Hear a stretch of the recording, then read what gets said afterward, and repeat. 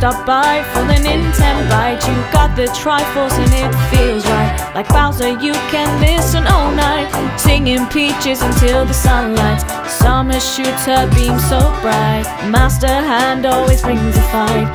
Catch 'em all and use that fire blast. Put the soul back to visit your past. Welcome to the Nintenbyte Podcast. What's up, guys? Welcome to episode 9 of the Nintenbyte Podcast. Thank you all for joining us today. And we have an exciting show. We have some interesting things to talk about today. Not a ton of Nintendo news this past week, but we definitely have some stuff we're going to speculate on. And outside of that, I think we're going to have some good video game debates. Because, yeah, there's been some interesting stuff going on out there in the gaming world that, you know, it appeals to all gamers. So, exciting stuff. With that said, let's go around and introduce everybody. Let's go ahead and start with Hoops. You want to tell everyone about yourself? Sure, yeah. So for those who don't know me, I'm Hoops and Hip Hop, go by Hoops. I do Pokemon content on my YouTube channel, and I just follow all things Nintendo, and I've been here a few times, so I'm excited to be back. Awesome. Tucker, can you tell us about yourself? Hi, I'm Tucker Hazel. I am a mildly recurring guest on this show. I've been here twice. I was on a rather contentious episode a couple of months ago about whether or not Switch 2 is going to be coming up in 2024. Yeah, I was right, unfortunately. I'm sorry I wheeled that upon you guys, but I am back for a less contentious episode, but maybe some better vibes. And I'm excited to talk about Nintendo and all sorts of stuff because I just love talking about video games. I have a YouTube channel called Backlog Banter. We have been covering a lot of the summer game season stuff. SGF, Xbox, PlayStation, Nintendo, all of that. So we've been very busy with that the last couple of weeks. But usually we do just discussion about games and game history and general gaming topics. But recently we did one very special video, which was a scripted and edited video. Wow, I know that's big come from a guy like me. But it was about the internal structure of Nintendo's development teams, which are known as EPD. And that video put us from 180 subscribers to 1,200. We just hit the other day. So pretty big, grew pretty big in the last month or so. Thank you. Yeah, and it has I think almost hit 90,000 views. So, and which our second most before that was 600 views. So it definitely grew us quite a bit. But I'm hoping to continue that momentum with some more fun conversations, a couple more scripted videos, and I also have a podcast about Nintendo Switch called the Nintendo Select Podcast with the host, and we've had some fun guests like Kevin Kenson we had as a guest a couple weeks ago, and Andres Restart, who I thought was supposed to be here tonight. He's not here apparently. But yeah, if you want a Switch podcast, if you want fun discussions about gaming, if you want to watch me react to different trailers, it's all there. Awesome. Yeah, Andres was supposed to be here. He's at a bachelor party. Oh. So I think he's still having fun. Yeah. Yeah. Very important. Right. John, you want to tell everyone where they can find you? Yeah, I'm Johnny Bo everywhere. Twitter, Twitch, Instagram, YouTube, TikTok. I also have a podcast called the Communication Error Podcast where we talk about not just Nintendo stuff, but everything in the gaming world. I'm also on the Nintendo Powercast. And I am more humble this week than I was the last time I was on here. So I have officially lost one of my bets. So I'm not always correct. So I'll be more humble this week than I was the last time. Maybe. We'll see. No promises. Did you have to order the chip? I did order the chip. And I also I bought a clown outfit. I had the clown hair, and I wore that on one of the podcasts. So that's awesome. Well, you're a man of your word. Can't take that away from you, man. I ordered it. Now, am I going to eat it? Who knows? Now, I was curious, actually, before we get to Eric. Yeah, are you going to record this? You know, like, do it live, right? Yeah. Like, I don't know when, but like I feel like if I just eat it like off camera, that'd be kind of weird. Absolutely. Just like I'm sitting at home. I'm like, I just want to eat this one chip challenge tonight. Feeling good. I agree. Yeah, I'll be tuning in though to watch that. That should be interesting. I'm scared. I'm a little scared. Eric, you want to tell everyone where they can find you? Right here. No, Johnny, but it's honestly not that bad as long as it's not stale. How do you know if it's stale? How do you know if it's like? How do you? Until you eat it, you don't know. Oh God! Oh my God! I ordered the so it's like the 2023 edition because I saw something. I don't know if this is true. Maybe you guys could tell me, but they discontinued it because a kid died. What? Oh God! I don't know. All right. Yeah, Well, hope no. you don't suffer that same fate. Yeah, right? I know. Yeah. So no, I ate one on one of the shows that we did a while back, and it was stale. And I have a pretty iron stomach. You can ask Nate. But that thing actually did make me vom. So great. Oh no. Other than that, no, I am here. Nate is in and out. So There he is. that, yeah. So I'm here. That's pretty much where you find me. Sounds good. And guys, you guys can find me at Thunderstash Gaming. And if you're wondering about Nate, he's probably gonna be popping in and out a little bit, depending on his internet connection. Because of course he's on a boat right now. He's So who really knows? trying though. He keeps reconnecting. It He is. hasn't gone well yet, but he keeps trying. Look at him. Look at him Yeah, go. he's dedicated to the craft for sure. So let's go ahead and we're going to start the topic roulette. Mm. And Nate, do you want to go first since you're on a time? Maybe not. Yeah, I don't. I don't even know if he can hear us. To be Yeah, I don't know honest. if you can hear us. So No, he can. He's just staying muted until he actually needs to jump in. we'll jump around. We'll see if we can get him in there. Hey, you know what, Steve? Why don't you just go ahead and just go through the topics? It's fine. We don't. If you Let's don't do it. Let's Yeah, just let's do run it. through it. I know I was going to host one, but just you got them all down and knowledged and whatnot. So I can stumble through reading, but I have a problem with that. So Are you good? We'll go through it. I'll jump right in, guys. All right. So the first topic, and this is in regards to a tweet, okay, that Nash Weedle put out.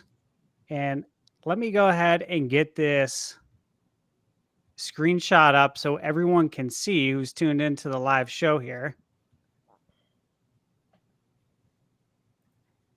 And this is interesting. And I bring this up as I'm pulling this up because this is something that I would personally be interested in.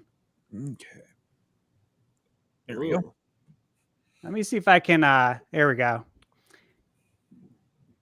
Now this is a patent. So let me go through this.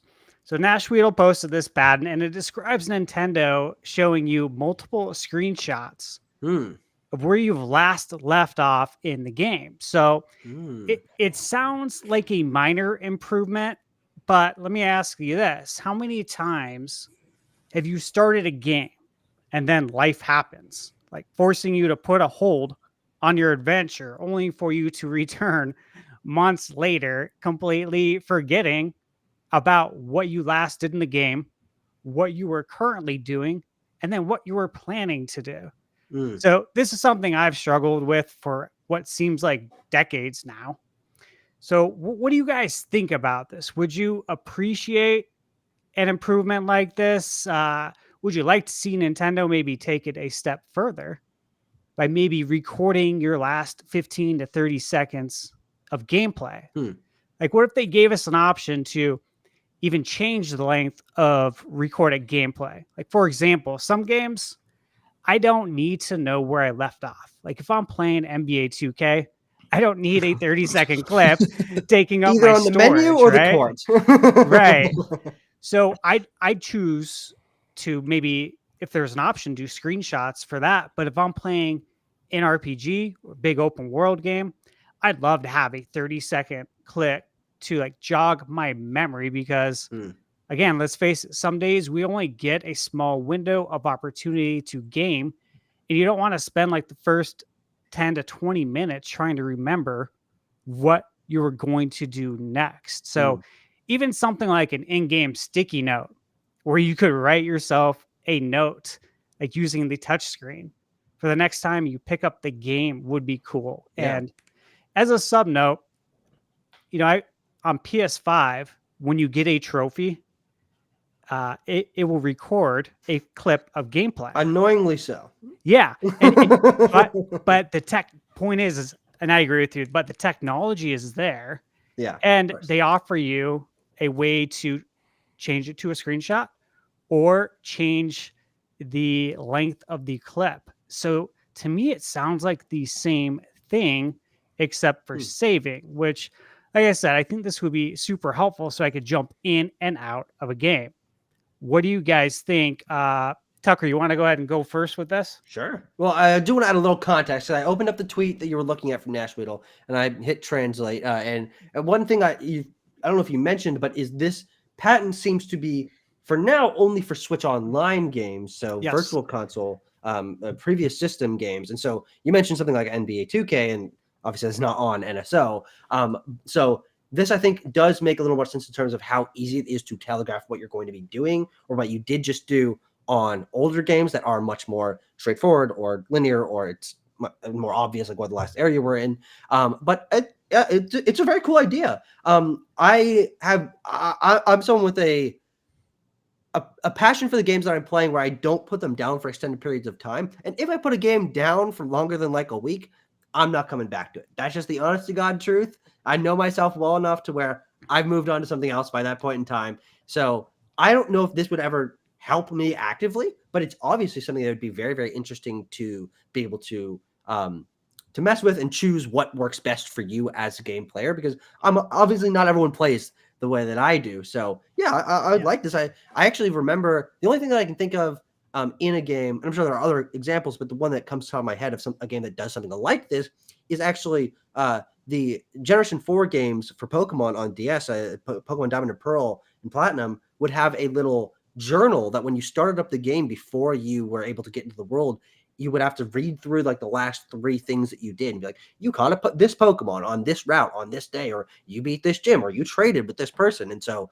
that I remember that always like having to like just tap through that. I'm like, okay, get out of the way. But obviously there are some people that need something like that. And an image is a lot better than a DS journal automatically chronicling what last Starly you caught. So I like this idea quite a bit, and Nintendo's always experimenting with things like this. So I would love to see them implement this. Yeah, I agree. I think it's pretty cool. And you did mention that the translation up here is for the NSO, and I would love to see this come to like the actual console for Switch too. Yeah, is what I failed to mention. I would love to see this actually come to the console, because you'd think if they can get it to work on the NSO, it should be able to work on Switch too, especially if that technology seems like it's already there, like with the PlayStation trophy system and recording your gameplay. So yeah, this would be cool. I would appreciate it for sure. John Nebo, what do you think?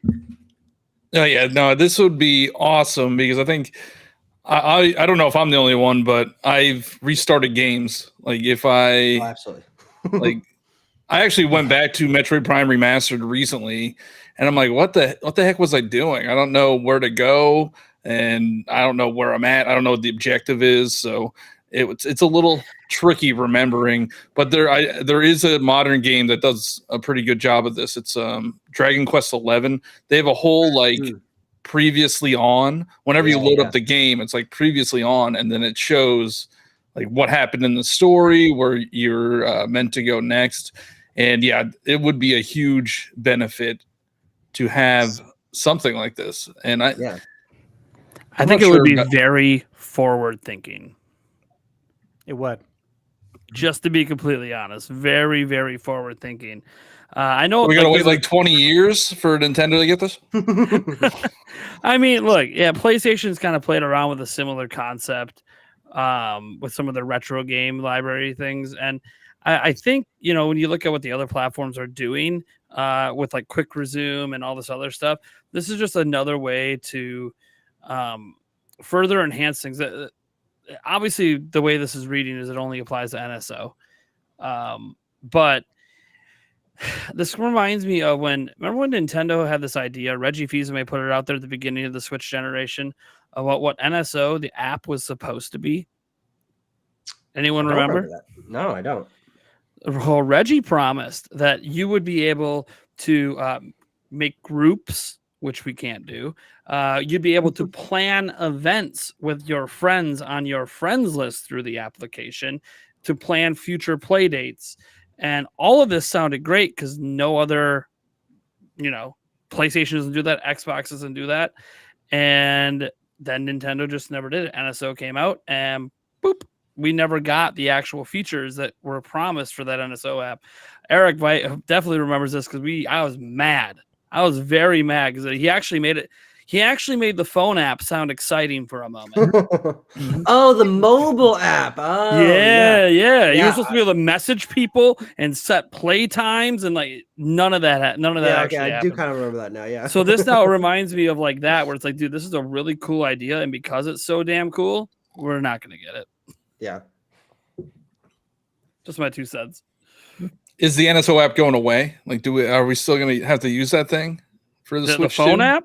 Yeah, the phone app. No, they're going to keep using it just because I think it connects them to the mobile fan base because they have Nintendo accounts for their mobile games. So I feel like that it won't go away. They need to expand it. They need to make it better. They definitely rolled back their mobile initiative a little bit over the last couple of years. I mean, Mario Kart Tour is not being supported anymore. And when was the last time they put out a new game? Well, I mean, I think Mario Kart Tour is not being supported because they're going to have a new one.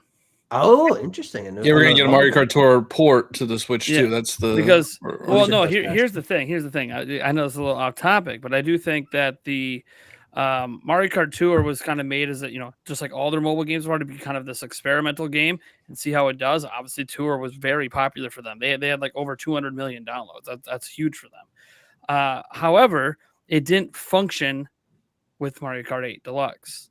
And I feel like they want to launch a new version that functions with the brand new Mario Kart coming to the next system. Very, very possible.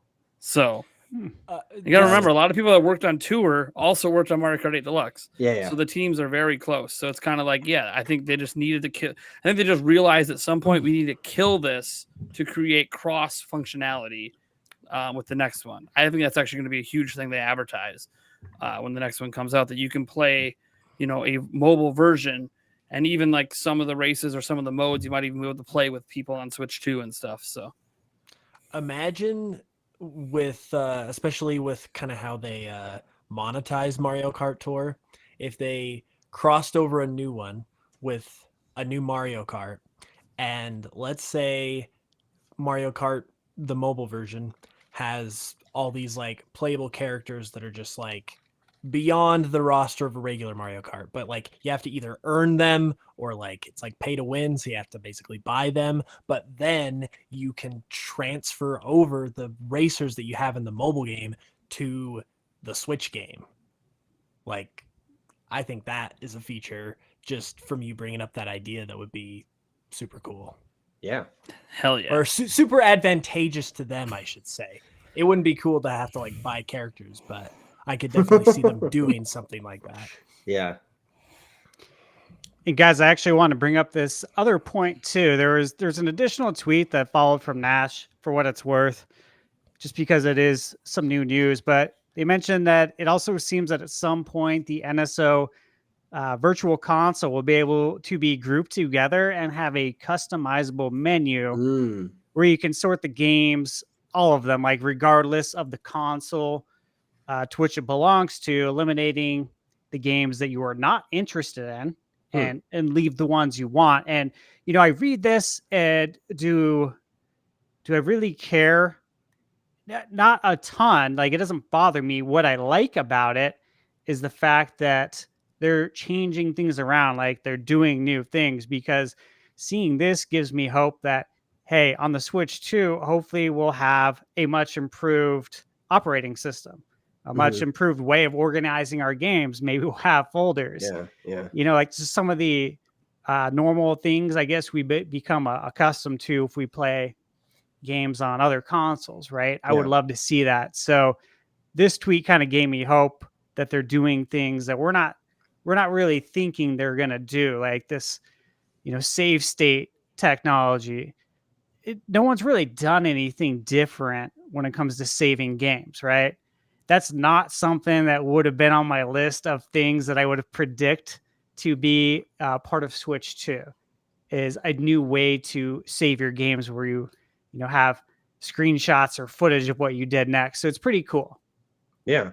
I think what's exciting most about this idea, because this is more buzzing me than that last one, is that it does. We knew that they want to continue on the same eShop and things to the next console, make sure they weren't losing and continuing on the subscriber base and people maintaining their purchases. But I'm very glad that this indicates that that NSO specifically will also be carried over, because something I've been thinking about recently is I think NSO is a great service. I think it's worth the time, and I've played plenty of great games on there. But I've been worried that I will not have access to this for very long. But if they're continuing it over onto Switch 2, and it seems like consolidating it and making it something that's even more accessible and customizable, and maybe an even more core part of that Switch 2 experience, that is very, very exciting to me. And especially because you can see the decisions that were made from the beginning of the Switch, not launching with NSO, launching with just NES when that was just a thing, then adding Super Nintendo, adding N64, adding Genesis, the Game Boys, and now even the mature app for the two N64 games. It's a very scattershot, download what you want, kind of piecemeal, awkward thing where some of them have weird libraries, some of them have great libraries. But I think that if there's just a Nintendo Switch Online app that has a different tab for each of the consoles and your home tab where you can put just the games you want, you don't have to have those godforsaken SP versions cluttering up your menu. Like, there are so many things that I like about NSO, but it's very clearly a service that was put together over time and not thought of as one cohesive experience from the beginning. And with a next gen console refresh, start clean, make it one app, make it customizable, update the UI a little bit. You don't have to have all these things separately downloaded. I think that sounds absolutely fantastic. Yeah, I mean, that was my biggest takeaway from this, was just the idea that, the customization stuff, don't really care that much about it, but one app, everything included. I don't think they'll update it on Switch because just the way it is. But when Switch 2 comes out, it really does feel like, hey, they're thinking about how to make NSO really pop on that next platform. It's going to be their day one, unlike coming nearly 2 years late to the Nintendo Switch. Less friction. If you have all of the games ready to go and you have it all in one application that they may, you within the application, if you want to navigate by platform, that's cool. You can have that in there, but that might just be one way to navigate. You can probably have your favorites list and navigate that way. I get what they were doing with the original NSO, was each app is its own emulator, and that's kind of how they're running it, but that's not convenient for the end user. I mean, I've got like 6 or 7 different spots on my back end of my Switch for different NSO apps, and then there's also a giant NSO icon at the bottom of the home menu that, like, you can see those all being integrated into one thing. Yeah, like, it's weird because you go to the NSO icon and it gives you the news. Oh, here's the latest update. Then you click on a game and it loads a completely different application. And it's like, what is this? This is not very user intuitive. Like how Game Pass is on Xbox, just one of the main things at the top or the bottom of the screen. Like, foreground it, make it easy to access, keep it all in one place, and just make it, because I don't think if it was all under that one thing, even people that don't pay for it would just click on that because it's one of the main things on there and be like, oh, that's a lot of games that I would get access to. It would probably make people subscribe than being confused of, oh, I have to download this separate one, and then if I want the mature games, like, it's a whole thing. Yeah, I mean, I think the mature game one is something they'll probably have to sort out how to, like, limit that. I guess if it's a kid account, it just wouldn't load, right? That's what I presume, if it's a kid account, unless the parents approved it. But I just really like what I see Nintendo doing here. Regardless of the customization, the fact they're thinking about it. But again, this is just like I said before, it's one of those things where whenever it seems like there's these cool ideas, they don't always really come out. And these are just patents, which means these could be completely canceled ideas that they're not going to do. So, but but I have hope, because here's the thing: we know a new platform's coming, and they got to make it stand out. And this could be one of the ways where they're like, "Hey, we learned. Now your NSO experience, is subscription you pay every year for, or every month, depending. Man, we just made this nice and smooth and snappy and ready to go for you out the gate." And if they let you do that, and then also let you get the feature from PlayStation, Xbox with the quick resume.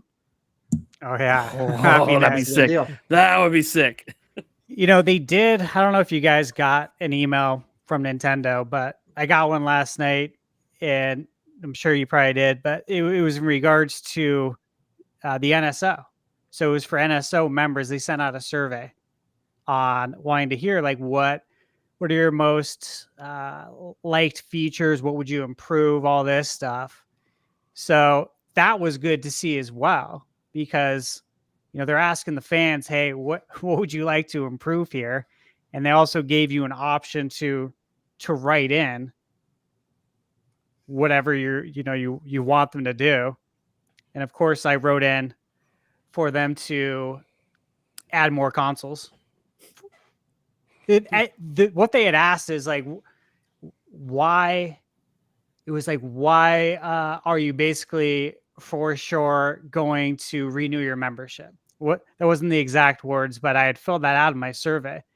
And I just put, because I expect that you guys are going to be adding new consoles for the Switch too. So yeah, I'm very excited to renew my membership. Like, I'm going to get that seed planet right now for them. I will attribute it to you if it does happen. Hey, thank you. I appreciate that. While we're on this topic of these improvements with the UI and whatnot, I would also really like to see them improve their online storefront majorly. I think it's kind of a mess, but more than that, it's clunky and it's slow. I don't know if that's everyone's experience, but that's been mine. It takes ages to load for absolutely. I just bought Switch vouchers to get Luigi's Mansion 2, and it is so slow. I don't understand why it's that slow. The Wii U eShop was also slow. That took forever. It's slow because it's a web application. It's not actually a local app on your system. It's a web page. Yeah. It's literally a web page that they're loading in. And so, yeah. Because it's been slow since day one. Like, since going onto the store when the Switch came out, I remember the first time I'm like looking to see how my internet connection is. Yeah. And, I'm pulling it up on my phone to see what my internet speed is like. Is my internet okay? I'm like, this can't be the Switch, is it? Like, this is brand new. It can't be this slow. But sure enough, it has been. And we've all learned to live with it. It's not a big deal. How many times, do you really go onto the store? Usually I know what I'm going to go buy, or I'm checking out a sale. But I will say this, even when I'm checking out like one of these massive sales that they're having. God. And you have to load. Yeah, it's so hard. It's like, God, this is taking forever, man. Like, is there a list I could look at online? So that would be nice for sure. Do you guys have anyone want to add anything before we get ready to switch over to this next topic? Yeah. Can I throw my 2 cents in here real quick? Absolutely. With the save states and stuff like that, I think it actually would also be kind of cool to put in, an option for, like, if you want to put a description of that save state too, just so you can, if they don't do a clip, give you an option of a 25-word, description of what you were doing if you want to. I know a lot of people are just going to go the hell with that and just, but give you the option. I think it'd be a pretty neat thing. And yeah, obviously you guys touched on it, seeing all of the NSOs in one app would be freaking amazing, because it's I want to play something on the NES, so no, now I want to go play something on the SNES one. Now I got to quit out of this one, go into that one. It's just time consuming and stupid. So it is. That's a good point too. I like your idea that at least give you some characters to work with, so you can actually write a little note to yourself on where you left off. And, you mentioned the apps as well. And I was just thinking of it as you said it. It's like, when you do want to switch games, it's kind of annoying that you have to exit out of the app and then go into another app. And if you haven't accessed the app in like a week or two, it seems. I don't know about you guys, but it always has to like check to make sure you can play the app every time. And then sometimes it needs to update the app. It's like, I just want to get in and play it, man. Yeah, dude, I can't play any NSO games on this trip. I was wondering. Oh yeah. At all. I Yeah. just can't. It won't let me. We got to do an online verification check. What are you talking about? My Switch has been online connected for like 17 months. Can you just like let me play my shit? But I'm having that problem with a lot of games. And yes, my Switch is my main Switch. Some of the games work just fine. Some of them don't, including some of my physical games. I don't know why. Oh no. It's very weird. Some are fine and some aren't. Are you having that issue with Paper Mario still that you had at the airport? Yeah, I still have that problem. Oh my God. That's horrible. So yeah, when I'm connected to some weird Wi-Fi, like I'm not connected on Wi-Fi on the cruise ship because you have to pay per device, right? So I'm not gonna like spend $150 to connect my Switch to their Wi-Fi. That's ridiculous. Yeah, no. Like I'm already doing it to do the podcast and stuff. So I'm like, I don't understand what's going on. And I know I got a lot of comments for those who don't know, I put out on Twitter while I was traveling that, my daughter bought me Paper Mario, 1,000 Year Door, and I went to load it up and it wouldn't load without doing an online check, which it's not supposed to do that with a physical game unless it's not your main Switch and it's like a second Switch. But it is my main Switch, and it lets me play most of my digital games and everything else. But that one physical card, if I put Tears of the Kingdom in physically, no problem. I put in Mario Odyssey, no problem. I put in that game, nope, we need to check online quick. So, yeah, I played a little bit of it at the airport on their shitty free Wi-Fi, which was fine. I only need to do a check, and then I get to play. And I'm like, okay, I'm just going to leave the game loaded, right? Yeah, of course. The other day, I go to play it on my thing. Oh, well, because I checked, I wouldn't change my theme color back to dark because for some reason it went back to the light mode. And I did that, and I went back, and it said, oh, hey, there's been an error. We need to reload your game. Yeah, you can't even go to the home screen. Yeah, that's happened to me before. So now I just can't play it right now. I just don't get to play. It's kind of frustrating because I was hoping to have the game pretty much beat before my trip, and now it's like, well, now I'm not really even playing my Switch at all until I get home. So, yeah, that needs to get better. Like, I don't know what they're doing, and I understand we're living in this world where all these systems are like this always online thing. Yeah. But like, Switch is a on-the-go platform. It's not going to be always online. We shouldn't be dealing with these problems, especially with physical games. Yeah, absolutely. No real excuse. I mean, even digitally, there shouldn't be. You should only need to check once a month. In my opinion, anyways. Like, you do an online check quick to make sure you own the game, but you should already know I own the game. If I downloaded the damn game, it's my game. I agree. But, yeah. I was disappointed when I saw your tweet. I truly was. I was like, man, that's some bullshit. You're trying to play your game right now and you literally can't. And that goes against everything that kind of the Switch is. Like, we shouldn't have to deal with any of that, especially with a physical game. So, yeah, that was disappointing to read, man. No doubt. I know. Just to give Joyce J a response, she's like, call a Nintendo tech service. I actually did. And they just said, well, it shouldn't do that. Oh, classic. Yeah. No, that was it. They had no other way for me to problem solve it. I mean, that's good to hear because it shouldn't. Remember, I replied to your tweet. I'm like, that shouldn't happen because I played Paper Mario on the go. I played it in the car and everything was fine. So yeah, I don't know what's going on. And I guess they don't. The funny either. thing is, I thought maybe it was just me, but then a couple other people DM me and said, hey, this is happening to me too. Have you figured out a solution? I'm like, no. So, Dang. and this probably all has to do with like Nintendo's account system in general. Probably needs a little updating heading into this next gen system. They tacked on a lot of features over this generation. I think they need to like recode it a bit going into the next one. Yeah, I'd agree with that. All right. We'll go ahead and switch over to our next topic.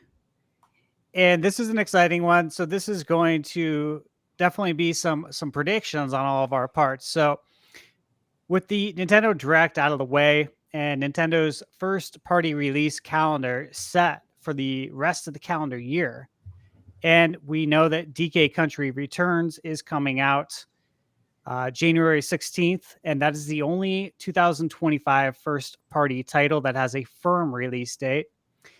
I feel like the Switch 2 reveal to trigger the marketing campaign is like right around the corner. And during Gamescom 2023, there were credible rumors that the Switch 2 was shown behind closed doors, with Breath of the Wild running at 60 FPS and 4K. Now, Gamescom 2024 is actually coming up pretty soon. It's August 21st to the 25th, followed then by the Tokyo Game Show about a month later at the end of September. Then, of course, we have the Game Awards December 12th. Now, here's kind of my question I want to pose, and I'll say a few more things here.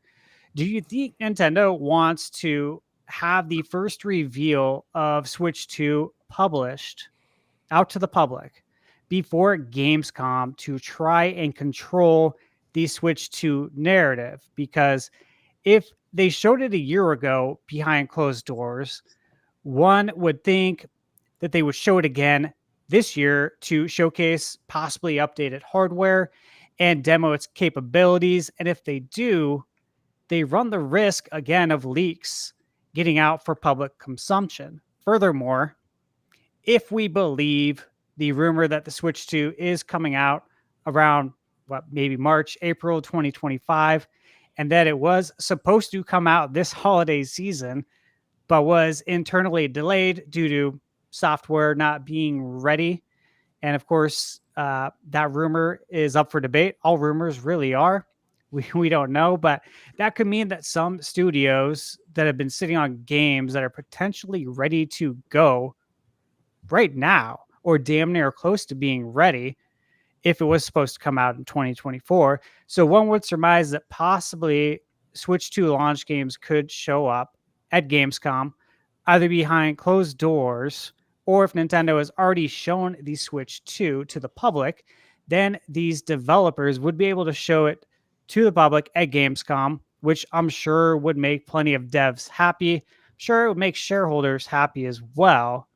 Otherwise, they won't be showing off Switch 2 games at Gamescom until August 2025, which would be hopefully long after the Switch 2 has hit store shelves. So what do you guys think? First off, I'll pose the question, when do you think we will get the first reveal, whether it be a teaser or what? Tell me how that's going to go, when and why. Who would like to jump in on this first? Nate, go ahead. just while my connection's working.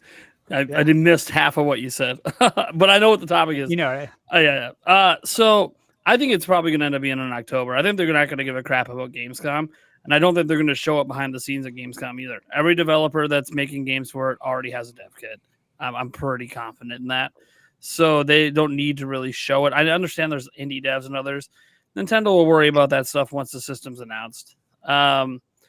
Look, they said we're going to hear about it before the end of the fiscal year, right? So it's like about 9 months. We have like a 9-month window here. The rumors, of course, say it's coming out in March. And the further we go in, all the people that were saying all those rumors about it being in March, they seem to just get more and more confident that it's happening in March. Now, again, they were also confident that we were going to get it revealed last March. So, yeah, what is well, you can't put a ton of stock in rumors, but like Nintendo's got a really solid slate of games right now, all the way through Donkey Kong coming out in January. And I kind of think that if it's a March release, I think they're going to try to do what they did with Switch. They're not worried about Gamescom and third-party games, although I guarantee you third parties would love for this damn thing to be revealed before Gamescom. But yeah. Because it really benefits them to be able to finally talk about the games they're going to bring. But I think that they'll probably reveal it very similar to what they did with Switch. You get that teaser in October that kind of just tells you, hey, this next gen Switch is coming, and here's a few games, and here's a couple brand new features that just like make it just feel significantly different than the current Switch. Kind of like the initial teases for iPhone sometimes, where it's kind of like a oh, here's like this one big thing, like when they did the dynamic island. Hey, let's feature the dynamic island that really is different than what the prior iFilm was. So I think something like that. And then in January, they'll do a bigger blowout. I don't think they really are worried about overshadowing Donkey Kong. I think they've seen the reaction to Donkey Kong. Not really thinking they're too concerned. It's either going to sell or it's not. Yeah. And then just full steam ahead. I think the wild part's going to be if and when they do the teaser, because they're going to do it at some point, when Metroid Prime 4 is also in that teaser. I mean, people are already thinking it's cross-gen. Yep. Yeah. Now, I personally would go nuts if Pokemon Legends was in that teaser, but that would be cool. That's wishful thinking, I think. I don't know. I'm going to toss it over to Hoops. I haven't heard him talk at all this entire show because my stuff was cutting out. So what are you thinking? Unleash the beast.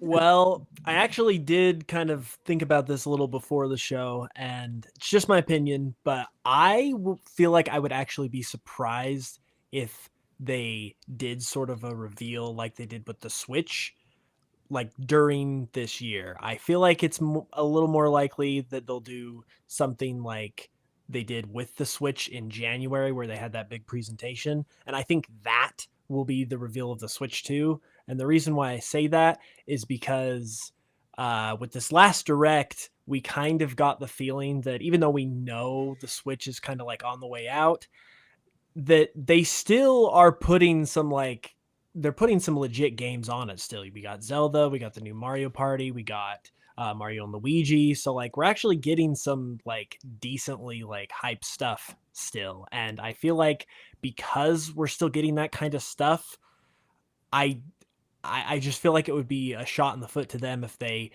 do even just like a teaser of the Switch 2 in like say like September, October or something like that, and like kind of botch the holiday season in that way. If it was just like Luigi's Mansion or just like remasters like Donkey Kong or something like that, like I wouldn't be as concerned. But because we got like Zelda and a couple of those other games, I just feel like they want to have one more solid holiday with the Switch in the spotlight. And then I could totally see them like January doing that presentation type thing. And I think you could even have like, I feel like a March release date still wouldn't be out of the question, because they could have a full press conference like they did with the Switch. They could show you all the bells and whistles and they'd be like, it's coming out end of March or whatever. Like, I still think there's enough of a window there that they could do that, but I could also see because of that it being a little bit later. But yeah, I just kind of feel like the Switch, they want to give it a little more time based on the games they showed. Yeah, I completely agree with you. And I think that my reading mostly comes from everything that you said there, not wanting to stomp on what seems to be a pretty what will be a successful holiday slate. I think that also I am a little bit wary of expecting the exact same cadence. And I know we're not saying the exact same, but a teaser is not necessary for what seems to be a largely similar system. We don't need to just see a little bit of it. That's not really necessary. And I also think that because it seems like it'll be a largely similar system, they don't need the same kind of time to talk about it before it comes out, right? We are all in this ecosystem. We're all waiting for the next console. It's going to sell way better than the Switch did at launch because Nintendo's fan base is just a lot bigger now. The amount of time between the announcement and release, I think I agree with you. I think it can be 3 or 4 months. I would say probably April or May or something like that for the system. January reveal. Don't need to mention anything before it. You're not stomping on the holiday season. Black Friday is focused entirely still on that Switch stuff. I think this is going to take longer than people want. And I think that's going to annoy the crap out of Nintendo fans on the internet. But I foresee this being a longer tail thing for the Switch in 2024. The only thing that I keep going back and forth on in my mind is we don't know the launch game for this next system. And that is something that they might want a little more time to talk about, to have in a couple of directs, have a couple of trailers, which I guess is possible if it's like January reveal for that game alongside the system, and then a March direct before the system launches like a month later. I'm not quite sure where I land on that, but mostly I feel like this is going to be something we're going to be waiting till the last moment to hear about. And one more thing I wanted to mention is that I feel like it'll be a little bit different than the Switch situation with where they did that teaser in like August or whenever it was, and then they did the January show. Yeah. Because in that scenario, we were still in like the Wii U era where everything was just like crap had hit the fan. Yeah. Like they needed to show something good. Whereas with they the also Switch, barely had games that holiday season. yeah, with the Switch, they can afford to wait. So I feel like that's Absolutely. another point in favor of that. Yeah. You guys remember what we got, right? That holiday season, I Holiday don't. 2016. the Sorry, NES, really? the NES Classic Edition. Ah, Well, that was Dude, that that was year? a massive seller, man. Yeah, Huge that numbers. was the filler for the holiday season because they didn't have anything. They weren't going to sell any Yeah. Wii U's. They stopped making the Wii U's in October of that year. Yeah, and you know me, like growing up on the NES, I was actually really excited because I knew I was buying the Switch, regardless of being the fact that I was a day one Wii U owner and it didn't do great. Like I wasn't mad at Nintendo. They're always trying new things. You know, you got to appreciate that. That's the only way, you know, the video game industry is going to grow. And so it was okay, but we got that NES Classic Edition. And because it did so good, then we got the Super Nintendo Classic Edition, which I still wonder if they even had that plan originally. And maybe they're like, you know what? This sold so well, we got to do it. You know, why not? But then they stopped liking money and they didn't put the N64 Classic I out. know. Yeah. I have a fun story. So the NES Classic, my partner was kind of, well, she went out like in the middle of the night to go to wait in line in Best Buy because they were sold out everywhere. And this was like a week before Christmas. And now I feel like a jerk because it's just collecting dust. Like I think I used it once or twice and it just collects dust. Yeah. NSO is just the better version, to be honest. I mean, it doesn't have the exact same games, but you're just going to play them on your Switch if you're going to play them. It's so funny. I will mention one thing about that NES Classic Edition real quick, but same thing. I went in line at Best Buy to get it, and I was working across the street where I worked for a long time at Loan Depot Mortgage Company, and I was a director over there, and so I had to leave to get this, and I literally was bringing employees with me to make sure we could get as many as we need. It wasn't to resell, so everyone in the office who wanted one got one. Wow. And I kid you not, we had a lot of gamers in the office that work in mortgage. And then shortly thereafter, I don't like to talk about hacking much, but the hack came out for the NES Classic, and of course I learned how to do it. And I had people that would drop off the NES Classics great, yeah. in my office so I could mod them on my laptop because I was like, yeah, I got a template. It's really easy. It takes like 10 minutes. And everyone's like trying to pay me money. I'm like, no, I'm not accepting any money. I will just do it for free because I want you to enjoy these Nintendo games. You know, like I don't want anything. And it was, I probably mod it. I'd say at least 20 NES Classics while I worked there for free because it was just so easy. And it's like, you know, the joy these Nintendo games bring to people was enough for me. So I was like, yeah, just bring it in, man. Don't worry about it. So it was cool. John, did you have anything else you want to add, right? Well, I think what everybody said is pretty on the nose. I don't think if you asked me, I think we did talk about this before the direct, and I said that they were going to do the normal, or they were going to do what they did with the Switch with the reveal trailer in October, then have the presentation in January, release in March. But now, after the direct, I don't think they want to eat their lunch. So, like, you have a Zelda game coming out in September, plus you have the Zelda Edition Switch. So they're still trying to sell the Switch. I know maybe that the market for that is people that already own a Switch. Like I know I'm gonna pick one up Yeah. So So maybe they're not too It's, worried it's a about. total collector's item. Yeah. Totally. Yeah. So yeah, maybe they don't worry about that, but they still, they have Zelda, they have Mario Party, and then they have Mario and Luigi. They're all 3 brand new games that, like, if somebody says, "Oh, I'll just wait until the Switch 2 comes out," like, they might just kill the momentum for those games.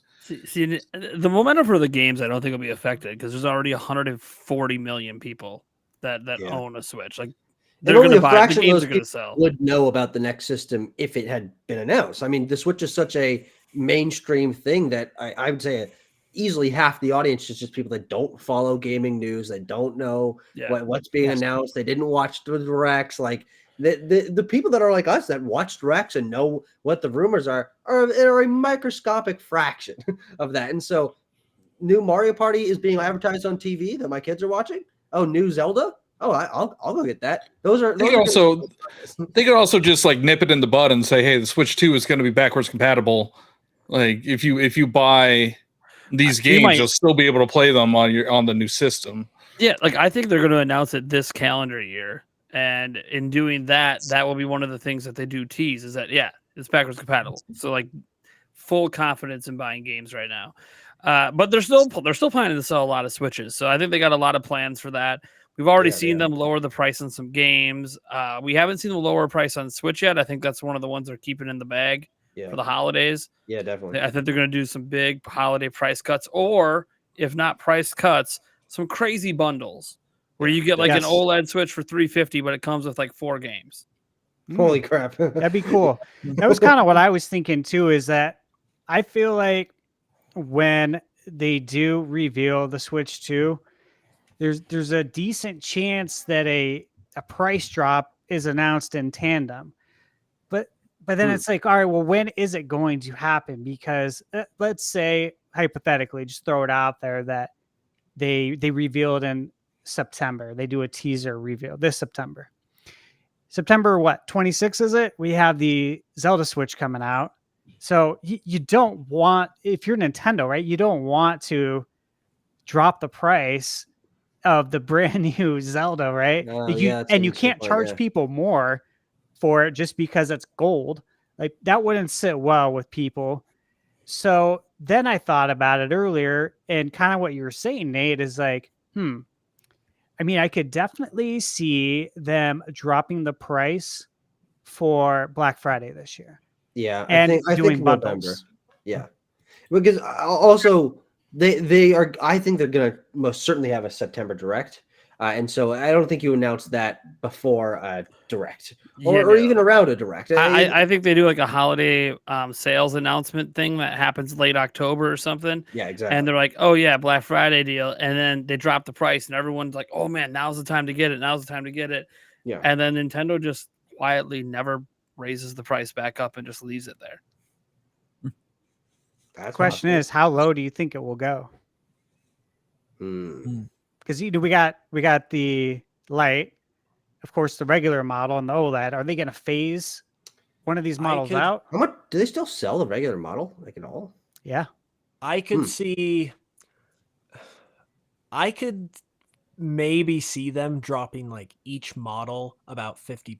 So OLED becomes $3, regular $250, and then Switch Lite is $150, which feels like a steal. So I feel like those would fly off the sales at that point. I think 50 down and a bundle, like, and a game included. I think that because that's really what they did a lot of for late gen DS, 3DS stuff, and also Wii U. I mean, they were dropping prices and also bundling everything. I mean, I got my Wii U late. I got it with Mario 3D World and Nintendo Land, like, in the system. It was great. One last holiday of those Mario Kart 8 Deluxe bundles. Let's go. Yep. And I was thinking that too. If they're like, personally, if there was like a dark horse chance of them revealing the Switch 2 this year, at least in my own mind, I feel like it would work with like a tandemized price cut where they announce probably a price cut like before they do the reveal, so they're not like doing it like a reactionary thing, and then they announce the Switch or whatever. But I think a price cut, especially if it was significant enough, could still drive enough sales, because Yeah. I feel like I said, if you dropped the Switch Lite to $150, like I think with all the games it can play, even if it's like handheld only, that's a steal, and I think that would drive sales on its own. So Yeah, I agree. I think it's a steal too, and it's like think about all the kids that want a Switch system, and you have, as a parent, you have zero intention. Nate's brought this up before. As a parent, you have zero intention of buying them a Switch too.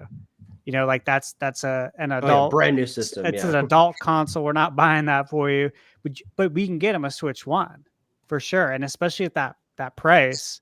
If it does go down to that price, I mean, I keep seeing on Twitter, Wario64 posting brand new Switches at I think it was Walmart and GameStop, brand new ones, brand new at GameStop. Let me make that clear, because I know a lot of times you try and buy it and you get it used over there, but I think it was 170, and I've been seeing it for 159.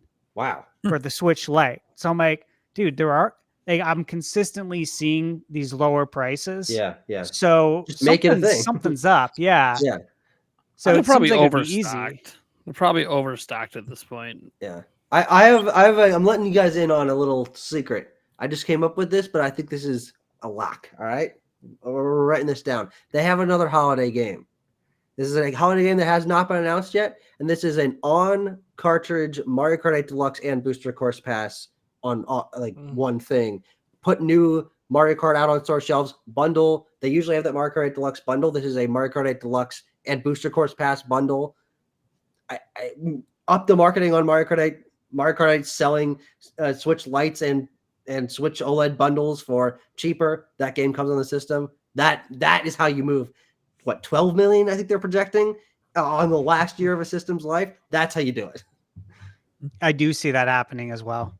I absolutely do. That's something we've talked about a couple of times. We've tossed that idea around, and it just makes sense. Mario Kart is printing money on the Switch, and yeah, you have this Ultimate Edition, which doubles the amount of tracks. I mean, I'm sure you guys all have played it, and this was like in my memory, this could be like the best DLC I've seen on any game.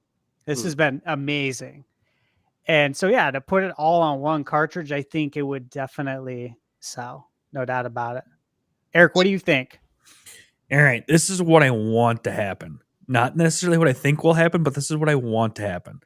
So September Direct comes along and they just show everything. They just show out, all these third-party games, all these, high-end games, and they don't say anything until one more thing. All of these things can be played on Nintendo Switch 2. They don't actually show it. They give you the logo for it, and then they say in October we'll have, an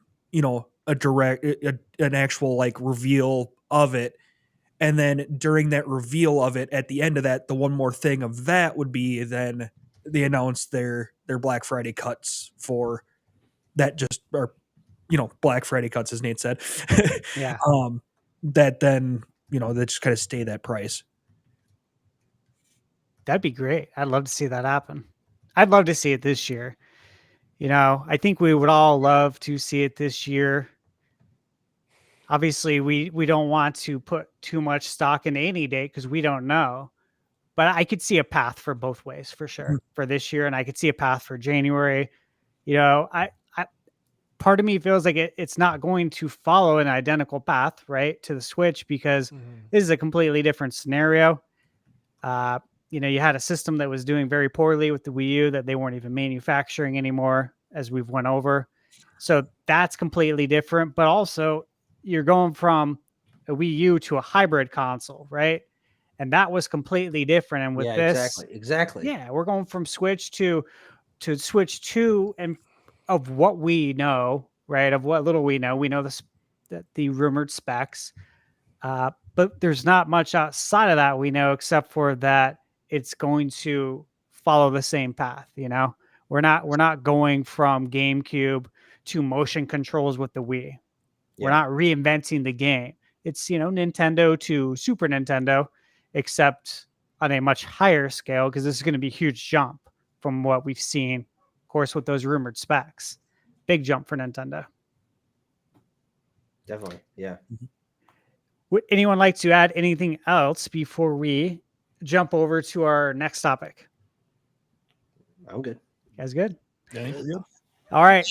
So this is an interesting topic, I think, and I'm glad we're going to talk about All it. right, finally, because, let's get to it. Yeah. this is running rampant on the internet, on social media. So this topic really took off over this past weekend, and it is still going strong. And it's with the release of Elden Ring Shadow of the Erdtree DLC.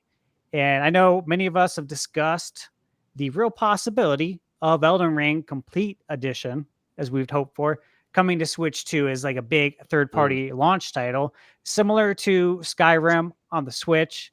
And of course, we know Elden Ring is on PS4, and we know the rumored specs of the Switch are much better than that. So it could happen. It should happen. Now, whether it's on YouTube, Twitter, X, Reddit, this debate has revolved around the DLC's overall difficulty level. So some believe it's way too high, while others are claiming that the difficulty level is standard for the Souls formula games. Even, and I hope I don't butcher this guy's name, but Hidetaki Miyazaki. I probably butchered the heck out of that. That's close enough. Okay, Yeah, Miyazaki. Thank you. So he's From Software's president. Hidetaka, I believe. Hidetaka Yeah. Miyazaki. This guy's impressive. I did some research into him, but he's He's the man. Dude, he is, dude. He still directs, writes, and produces games, and he's the president. Yeah. So think about any company you've ever worked for, right? And just imagine like the president of the company rolling up his sleeves on a regular basis and sitting down and doing what you do for your job, or what he does or she does for her job. That's the equivalent here. Like, this guy gets his hands dirty. I was very much impressed about that work ethic that he must have, and the love for creating games. So a lot of respect there. And some of the quotes that he came out with are quite interesting when it comes to the difficulty. And the first one was that the studio's games simply must push players to overcome often brutal challenges, because that's how the games were designed. And another quote that he had is, with regards to difficulty, he said, "I know we get a lot of credit for saying, yeah, our games are difficult, but it's not a matter of simply cranking up the difficulty. It's doing so fairly. For instance, like when players are killed and they can understand why they were killed in an instance, and it feels justified as to why you died, like it didn't feel like a cheap death." He says, okay, yeah, that makes sense. Like, that's the game design we're trying to achieve, which I think we all respect, and we'll talk about that. And his last quote was regarding Elden Ring's difficulty. Had we taken the approach of lowering the difficulty, I don't think the game would have done what it did, because the sense of achievement that players gain from overcoming these hurdles is such a fundamental part of the experience. Turning down difficulty would strip the game of that joy, which in my eyes said would break the game itself. So I thought these quotes that I read from him were really good. I really respected it. And I'll give my opinion on it last. Kind of open this up to you guys and go around the room. Nate, maybe I'll go with you first while you still got a good, strong internet connection there. Man, this entire debate on difficulty in games has just, because this has been happening the entire time I've been on vacation. Every time I check social media, it's just everywhere. It's been happening the entirety of the last decade. I mean, it has been for a long time, but it's like the Souls games are really what kind of brought it to the forefront for many people. I mean, there was the director of the game saying, hey, if people want to use guides to play the game, he's totally cool with that. Like, that's a valid way to play it. And people got mad at him about that. And it does sound like, and I haven't played the Erdtree DLC yet, but it does sound like that DLC is definitely or at least appears to be the hardest DLC they've ever made. And they're unapologetic about that. They wanted it to be the hardest DLC they ever made, and especially the optional bosses it has. Yeah. You know, you could beat the main quest, and those bosses seem to be more in line with the original game, but they have all these optional ones that just feel impossible, and people get really mad about it. And obviously, they've all been beaten. They're not actually impossible. I think it's fine for games like that to target the super difficult stuff and appeal to a very specific crowd. What I hate that comes out of the conversation is things like, and I talked about this on social media, like if you use guides, you're getting like a lesser experience. And I think all of us, I think video games is a very personal experience for many people. And when it's personal, I don't think anyone can really tell someone how they should enjoy a game, because how you enjoy it doesn't mean that's how they will enjoy it. Yeah. There are people that are actually really mad about the difficulty that love the original, because to them, with some of the difficulty, it's so hard, it's now not fun. And when they beat the boss, they don't feel a sense of achievement. They feel a sense of relief that they are done with the fight. Yeah. And that's not a good feeling. That means you didn't have fun. That's the opposite of fun. And so here's the thing. FromSoft has made it very clear what they're going to be doing. They're always going to be making super, super damn difficult games. And it's weird when we're talking about it from like the Nintendo side, because like, hey, Nintendo's games are not that difficult. They have some challenging, levels and stages and all that, but compared to what's happening with FromSoft, it's nothing. I think the last Nintendo, what was the last Nintendo game I really, really struggled with? I mean, Zelda 2 is one of my favorite Zelda games ever. Yeah. A large part of that's because of how difficult the damn game is. Same. That was like the Dark Souls of the era. I remember the final boss of Metroid Dread being much more difficult than the rest of that game.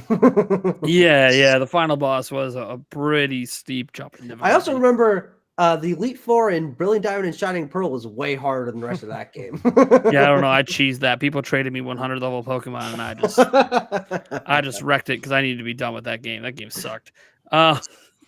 I didn't even like the originals, so I didn't know what I was thinking. Well, I told everyone I would give the remakes a try, and they just no.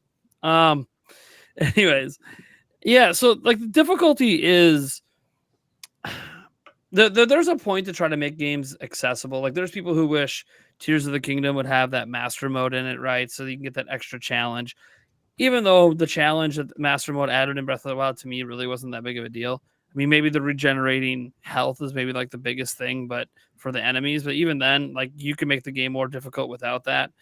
Try 3 heart runs, and you do naked runs and all that kind of stuff. So I kind of think that there's really no right or wrong answer. I think the debate just rages on because everyone likes different things from their games, and the hardest thing is when you love the original version of a game, and then some extra content comes out, and that extra content ends up taking away what was so enjoyable that first time around, and taking difficulty to what some people, I mean, look, I've watched some of the boss fights. Yeah, they did some things with the angles and the camera angles and the corridors that like you die. And they said this in one of their interviews, like, hey, when you die, you're supposed to learn from that death. Well, what's frustrating some people with it is that they're not learning why they died. They don't even know what happened because the camera angle was so bad they didn't even see what the hell happened. Welcome to Dark Souls 1. Welcome back, Dark Souls 1. Yeah, going back to Dark Souls. But the angle was so bad, you don't even know what you did wrong. That was a common thing like during the early 3D games. Yep. Yeah, before we had the twin sticks, and even then the early twin stick days weren't necessarily great. Yeah. But in a game where it's already intentionally insanely difficult, and then because of the room you're in, the camera angles are so horrible. I think that's really what's probably frustrating some people. But here's the thing: like, there's a place for all of these types of games, and it's very obvious. Anything FromSoft makes, just expect it to be hard as balls, and you're either going to be really into that or you're not. If it's anything from Nintendo, it's probably not going to be super difficult. There might be some difficult moments, especially if you want to 100% and they're collectathon games and stuff like that. But, the example, you want to beat every single stage in Mario Maker 2 online, good luck. Good luck. There's some pro level crap you're gonna have to good freaking luck. That is some challenge. But it's I don't know, man. Like I just hate, as someone who's on the other side, that like I'm not really into like super difficult games. I like a challenge. But I don't, maybe because I'm older now and have 3 kids, I don't want to take 60 hours to beat one boss. I just don't. That to me is a significant waste of valuable time in my life as I got older. Maybe if I was in my early 20s, I might be like, I got all the time in the world. I ain't got that kind of time anymore, man. That's 60 hours. That's a couple of days of my life. I got things I got to be doing. I can't just, I gotta feel like I'm making progress. I don't want to feel like, oh, I just beat one boss just so I could play like another hour of the game and play another boss and be stuck for 60 hours. So, as someone who's on the other side of the conversation of like, I like difficulty options. I like difficulty sliders. I don't know that I necessarily like some of the things Nintendo does where there are some of their games that I already don't think are that difficult. But if you die a certain number of times, they just like give you invincibility and let you just auto beat the level. Happens in some of the Mario side-scrolling games. It's kind of funny. I'm like, man, come on now. Don't make it that easy on the kids. Like, come on. The white Tanuki suit. Yeah, like it's fine. So I just think that we need to be in this whole debate more respectful of each other's opinions, because all of the opinions that people have on this topic are very personal. It's very personal, and we keep trying to push those opinions on others, being like, you need to be this, or you need to be that, or you need to think this way or that way. And it's like, no. That's how you are. They're allowed to be different. I just don't think it's ever going to stop. Like the next time FromSoft drops another game, the whole debate's going to happen again. You know, say a new IP comes from Nintendo and it ends up being surprisingly difficult. People are going to be like, oh man, is this too hard for Nintendo? Nah, Nintendo fans can handle it. But, you know, people wonder, is Elden Ring held back, you know, by the difficulty? Could it reach an even bigger audience if it toned it back just a little bit? And it's like, I just don't think they care.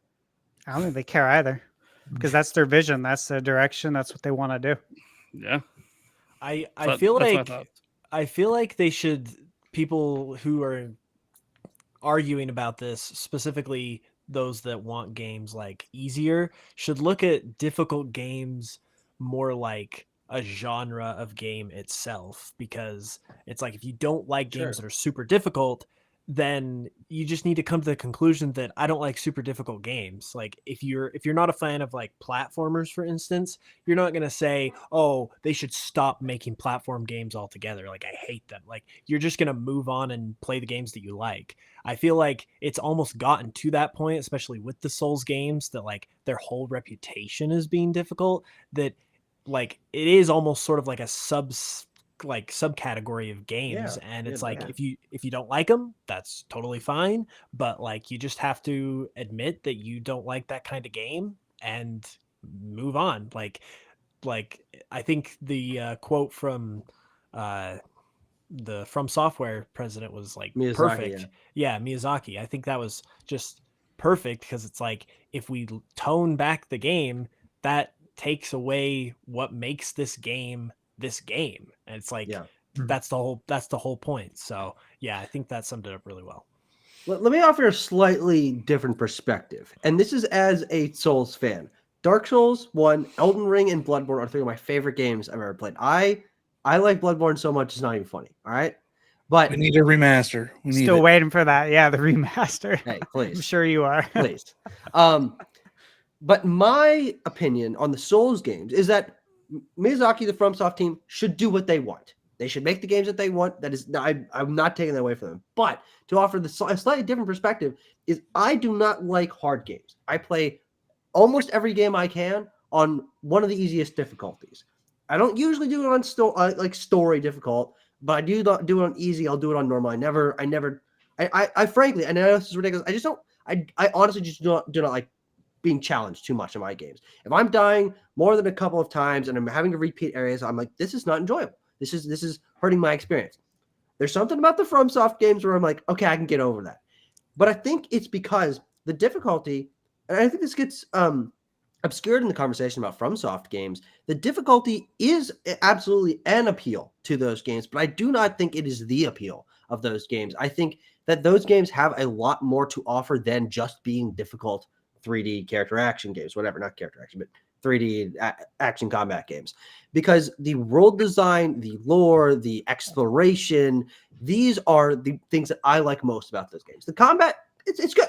The bosses, they're fun fights. But I love existing in these worlds. I love going around every nook and cranny. I love finding how the pathways interconnect and what item did what from what boss on the other side of the map. There is an appeal to these games that is not about the difficulty. And even though I do want the FromSoft team to do what they do because they make some of my favorite games of all time, I would champion as a fan for there to be more options in those games, because I believe that more people could appreciate those games for their elements that aren't solely about the difficulty, and learn about the worlds, learn about how intricately these worlds are designed. And unfortunately, the difficulty gets in the way of many people experiencing that, which I think is a real shame, because I finish Bloodborne, I finish Dark Souls, and I sit back, I'm like, whatever game I play next is not going to be on the level of these games. They are just on such another level of care and quality. And the difficulty, it just dominates the conversation about these games. And I think that's unfortunate, because I think there's so much more to be appreciated about them. And that's is coming from someone who loves Souls games, but does not like difficult games. I'm a walking contradiction. Yeah, you raised a lot of good points too, because we have to look at the reason why do people want to play these games, right?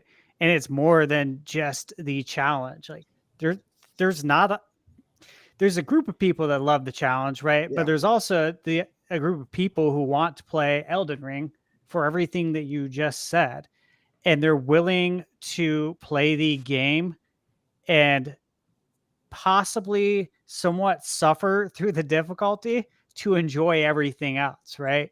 Yeah. Like everything else is going to outweigh how hard this game is.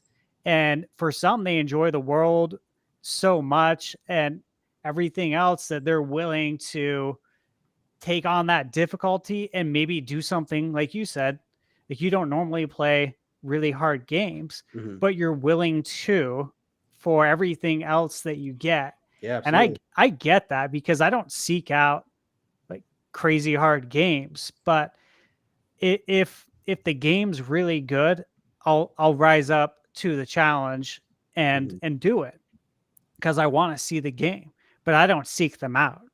I don't seek it at all. But if the game's good enough, I'm there. What do you think, John?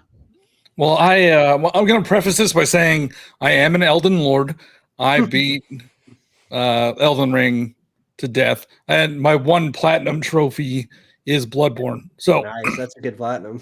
I've been playing Soulsborne games for a long time, and I've started the DLC. I think I'm like 2 main bosses in, and it is hard. It is definitely difficult. But I was expecting that. I will say, like, I don't think an easy mode or an easier mode is going to ruin the game. Like I think Miyazaki might even said that, not in these quotes, but I think he even said, like, if we put a lower difficulty, it would ruin the game. And I just don't agree. I think giving more people access to those worlds, because they're so incredible. Like, if you've never played Bloodborne, you should. It's one of the best experiences you'll ever have. It's such a cool atmosphere, and all of their games are like that. But I also want to come at it in the perspective of Nintendo, and I hate Kirby. I hate Kirby games so much. And Yoshi, because they're too easy. Like, they're way too easy. So why not give us the option of a harder difficulty in games like Kirby and Yoshi, and even like Pokemon? I know you could make them more difficult for yourself, but why not just have the option to scale the difficulty? Like, Nintendo games are too easy. Even Mario, to an extent. Like, I know there are difficult levels, but Mario Wonder, for example, I didn't find that challenging at all. Not until the very last level. So I would love to see hard modes in Nintendo games. I would too, for sure. Like I remember, and I'm gonna, obviously I'm gonna date myself here, but I remember buying at Best Buy the day it came out, Yoshi's Story on 64. That's Not reading any reviews. Obviously, this is back in the day. I hadn't read anything. I just knew I wanted to pick up this game, and this was like the first Yoshi game to come out after what some would call a Yoshi game, Super Mario World 2 Yoshi's Island. Some call it a Mario game. Don't even want to get into that debate right now. But I picked that game up, and my God, guys, I had the game beat so quick. I can't remember how quick it was, but it The might have game's been like 2 hours long. I think it was. Yeah, I was gonna say. I think it was about 2 hours, and just like, dude, this sucks. Just because that's not what I was expecting. That game also does weird was things so where like easy. you can't die and you can't get through the level until you do certain things. With it's not based on like reaching the end of the level. It's based on like the fruit that you collect. That's a weird game. Yeah, it is. It is like along those lines, I think, of what John was saying with Yoshi and Kirby. And I think I would actually enjoy those games more if they did have a difficulty option and allowed me to increase the difficulty. Oddly enough, I would actually like it in that scenario. So that you bring up a good point there, John, for sure. Eric, what do you think? If I'm a game dev, I'm salivating. There's holes that people can fill. I mean, people want an easier Souls game. Create one. Another crab treasure. Exactly. Yeah, another Crab's Treasure. Yeah. Yeah. I mean, Yeah. you wanted more difficult platformer? You see people clamoring for one? Go for it. Yeah. So honestly, there's places that I think if game devs are really looking for something, scroll Twitter. I mean, people are clamoring for X, Y, and Z.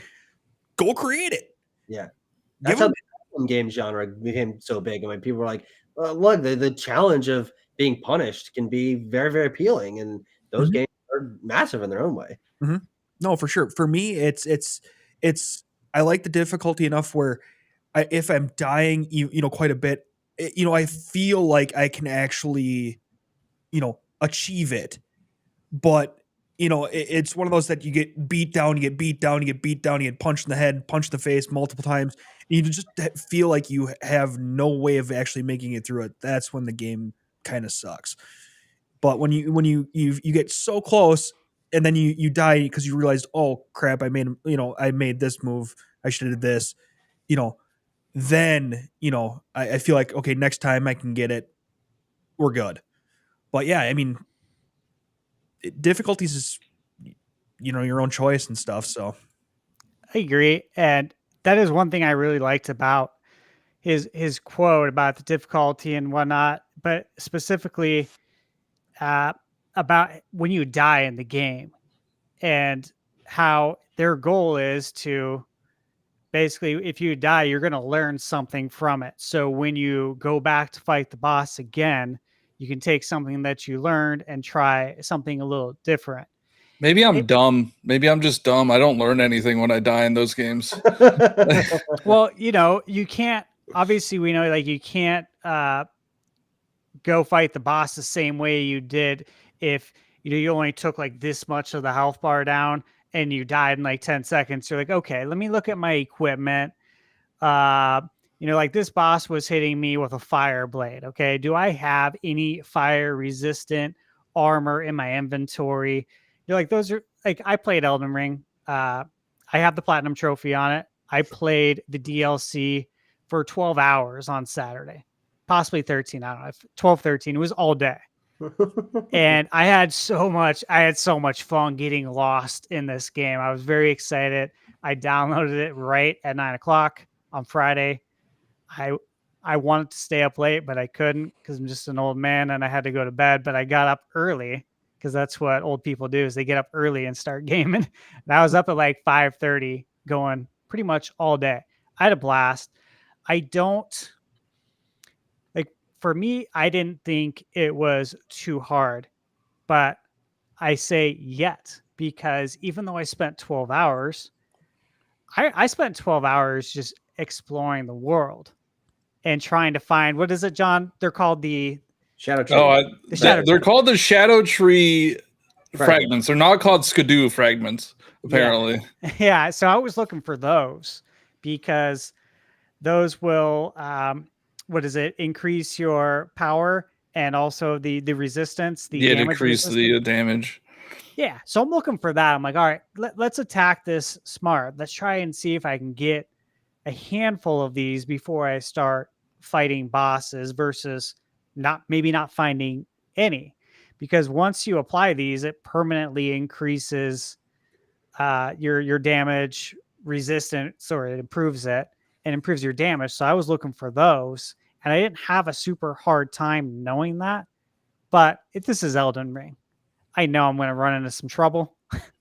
There's no doubt about it. I'm never going to breeze through a game like this. They are really, really challenging, but I do respect what he said in that when you overcome that challenge, the feeling that you have when you do finally beat a game like this, that's not normally a game you play. Like, you normally don't seek out these really difficult games, but when you do, that's special. It's a special feeling. It's similar to like when I beat Zelda 2, honestly, for the first time. It was a game that I loved so much as a kid, but it was like so hard. And then I went back to it as a teenager, and it was like it's kind of one of those bucket list games where I'm like, one day I'm going to beat this game. One day it's going to happen. And then you sat down, you put your mind to it, and then you actually do it. It feels really good. So I get that aspect of it too. And again, I think there's no wrong answer here.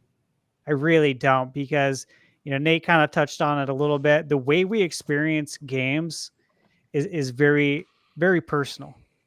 So I know there's tons of discourse on the internet with this, and I'd like to see everyone be respectful, but we're never going to see that. We don't live in that world. People are divided on a lot of things.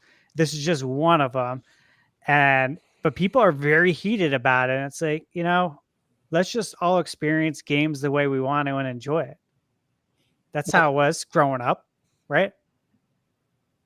I don't remember any of this kind of stuff before social media. We just all enjoyed games. If a game was hard, you tell your friend, yeah, this game's really hard, man. Like, good luck. That's it. What I think is cool about what From Software does, this is just a tangent on them, and Elden Ring, is I played the DLC for a bit, and I got stuck like on a boss, and then I'm like, I'm just gonna go somewhere else for a while, and then I'll come back. That's what's great about Elden Ring. Yeah, like I think I did 2 of the main bosses, but I got stuck on the second one.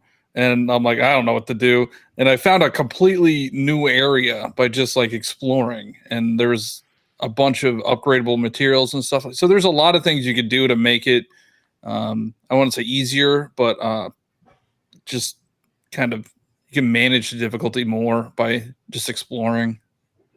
Yeah, like making adjustments along the way, exploring, finding better equipment. There's definitely a lot of new armor and weapons in the DLC. As far as DLC is concerned, like, this is huge. It's a huge, huge expansion. It's really cool. Like, the amount of hours you can spend in this is nice. I really respect it. As a gamer, it's like, man, this is a lot of content, and it's good content.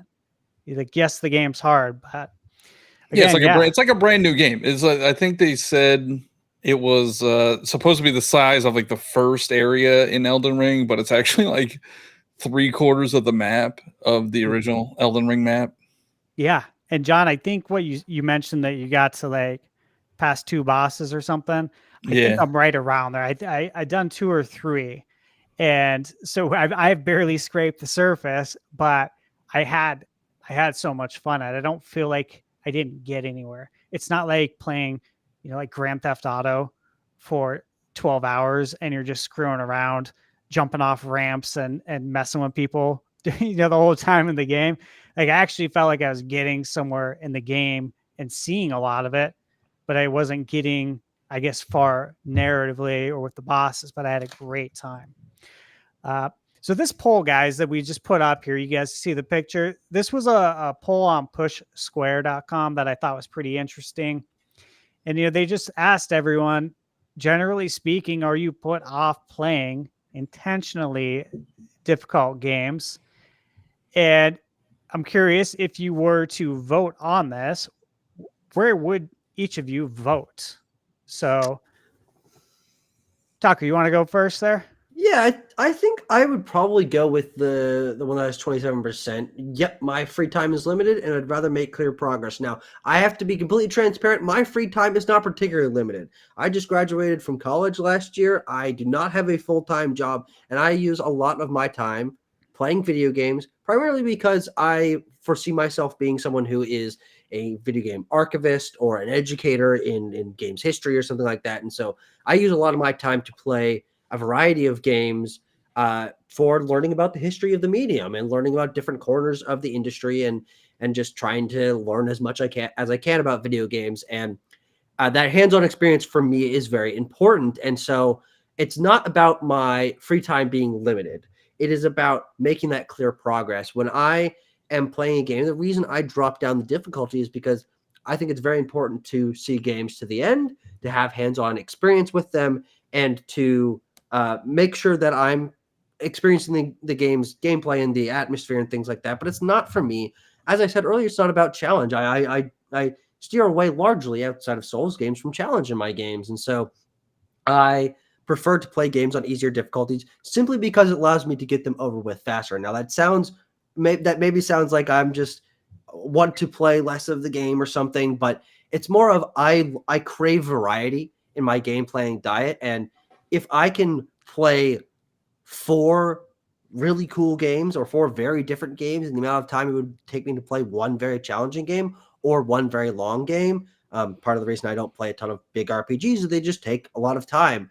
I will do whatever I can to make a game lengthwise and difficulty-wise digestible so that I can add it to my memory bank. I'm like, all right, I played that game. I know that game. I played it on easy, but I am familiar with this game. And I can move on to something else that will educate me about a different area of the industry. And so, yeah, as I said, I stay away from difficulty. Souls games are something very special. And so as you said, Steve, I think yeah. I don't. Okay, I see Thunder Stash Gaming on there. I'm like, I'm not calling you Stash. You got it right. You got it right, Steve. You said earlier that like making an exception for Souls games. I'm like, this is so special. These games are so good that I just go into them regardless. But for most games, I'm like, yeah, I want to play on easy difficulty. I want to play on low difficulty because I just want to be in the world of this game. I don't necessarily want it to push back against me. So that's my choice. Great. Yeah. No wrong answer ever here. But I think the way you explained it was great. And it makes a lot of sense. And all these options that they gave you, I think are all great ways of kind of explaining where you fit in there. Yeah. There's not an option for, my free time isn't limited, but I'd rather make progress. Right. Eric, you want to go next there? Yeah, I think I'm actually in that category too, but because mine is of course limited. I'm a very rare case. That's very true. But I mean, I don't mind a hard game, if I know it's hard, and I have time to sit down and actually play it. But a lot of times, like, I'd much rather just sit down and know I can make some good headway and feel like I accomplished something during my limited gaming sessions, very, very limited gaming sessions.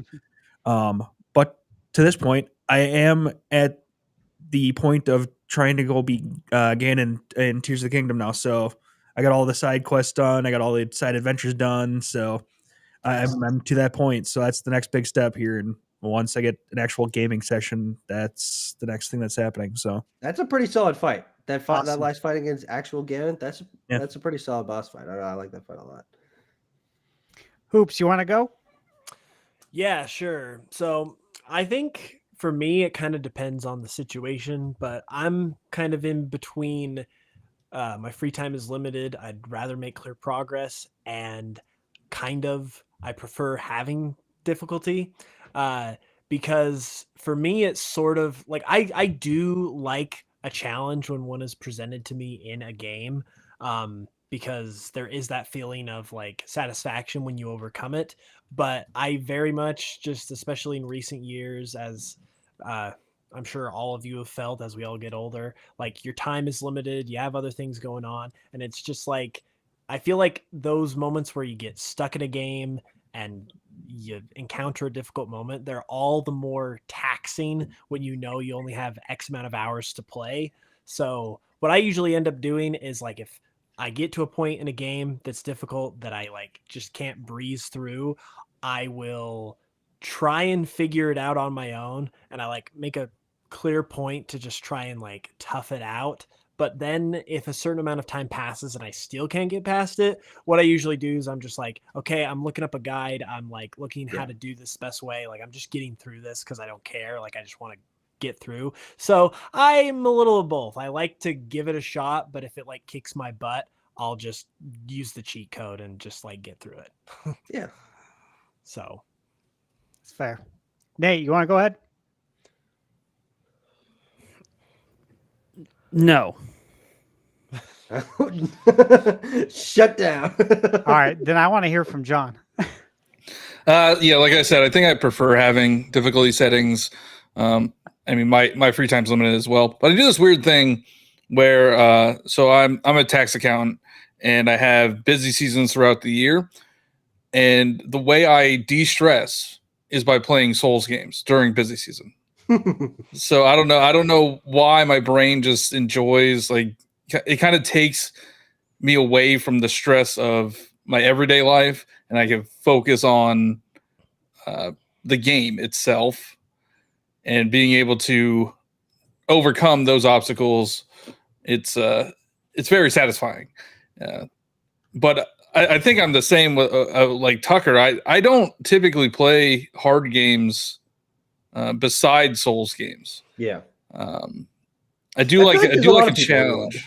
Yeah, I do like a challenge, and I don't know, something about Souls games that are just kind of special, and they're a different experience than like even games like Doom Eternal or Doom 2016. I think that they're pretty difficult, and I wasn't expecting them to be as difficult as it is, and it kind of turned me off from it. Yeah. But I don't think they're as difficult as a Souls game, so I don't know. I think for Souls games, I think it's about the difficulty matching with a really fun sense of community. That's another big part of why I like those games so much, is there's such a strong community aspect, not only through the messages that can be left in the world in each of those games, but the Souls community is so dedicated to getting guides up and making lore conversations and having and summoning a friend and summoning someone to help you beat a boss. I found such a welcoming community there where it for me, it's about. You found a welcoming community by saying you summon. Oh my goodness. No. I mean, just I summon like my friends. I don't summon like randoms or anything, but like asking people like, oh, what did you do here? Like, where can I find this item? There's so many great videos and guides and lore walkthroughs and all of that. It's very much about community through the difficulty for me. I agree with you on all that with the Souls games, and going into the DLC, I do like kind of looking up things you should know definitely before you like because if you know these things and you actually go out and do them, I'm probably going to have a better experience. And through looking stuff like that up, I did find some cool websites. Like, I'm sure you're familiar with, what is it? Fextra? Yeah. Mm-hmm. Dude, Yeah. They have a lot of guides. Wow. They have like a whole wiki where you could filter. Yeah. So I have my laptop out as I'm playing it, and I have the interactive map up on my laptop, so I can really kind of see where I'm going and just make sure that, hey, when I'm exploring this area, just know that there are going to be some things here I need to keep an eye out for. Yeah. I'm not reading a guide saying, hey, you need to go this way, or watching a video and making sure I know exactly where to go. It's more or less like, if I'm going to spend time in this area of the map, I want to make sure I get everything I can that's available to me now. That's not like locked behind a side quest where I got to go talk to an NPC or something. I want to make the most of my time, basically make every virtual step count, if that makes sense. Yeah. And so I did find a welcoming community actually through the Souls games. And you mentioned the messages in the game. I think that's so cool because it's funny. Sometimes people will leave messages that are just talking about the world, like, hey, this is a great view. And I may be thinking to myself as I'm approaching that area, and I've done this where I'm like, man, that's a really good view. Like the graphics look good. And then I'll read the message and someone says the same thing. And I'm just laughing. I'm like, this is cool. And then sometimes It's like tri-fingered butthole. Oh. Yeah, exactly. Or someone wondrous will say, chest ahead. yeah, like watch out as you're going down the stairs, or watch the corner here because someone's going to jump out. And most of the times they do, but then sometimes there's people who just mess with you in the game too and are dishonest. And I Try think that's jumping. funny. Yeah. I think that's really cool. Like that's a really cool part of the Souls community. And that's something I really like. And I wouldn't be opposed to seeing that in other games. I wouldn't be. I think it's pretty cool way to bring a community together, and it's fun. I like that aspect of it. I would say that, you know, as far as this poll, I voted for the 15%. The nah, I tend to embrace the challenge, and I voted that way because it asks if I'm like put off by playing intentionally difficult games. It's like, no, I'm not put off by it because if it's a good game, I'm going to play it regardless. Like, you know, with Elden Ring, I'm playing that because it's a great game. So I'm not put off by it. But again, like I said before, I'm not going to seek it out. And at the same time, the other 15% there that, you know, I kind of prefer having difficulty settings. I do for a variety of reasons though, right? Like if it's a Yoshi or Kirby game that's very easy, I would like to turn it up. And if it's a crazy difficult game and I've expanded all options, it would be nice to be able to at least drop the difficulty down just to get past the one part that for some reason I'm struggling with that maybe other people aren't, because I want to see the rest of the game. You know, I don't want to stop here. And like, I'll give an example. I was playing Final Fantasy VII Rebirth, right? I put in a little over 200 hours, which is crazy. And I was trying to get past the post-game content. I think it's, what is it? The VR fights. Are you guys familiar with that? I didn't play that game, but. All right. This is a very hard part in the game. It's post-game content. Do I need to do it? No, but I was having so much fun with the game that I decided to play it. And honestly, I just couldn't get past, I think it was the 6th VR fight that's post-game. It's very hard. I watched videos of people do it online, and they seem to have no problem with it. I use these same characters. I tried to do the same stuff and emulate it, and I just couldn't. And so when I play a game like Elden Ring, and I'm getting past like these parts that people are struggling with, I look at that. I'm like, I can get past this part, but when it comes to this game, all these people can get past this part and I can't. And that's just how it is. That's just gaming, man. Like some things are more difficult for me than other things. And that goes for everybody, which is why I wish everyone would just respect how people feel about game difficulty, right?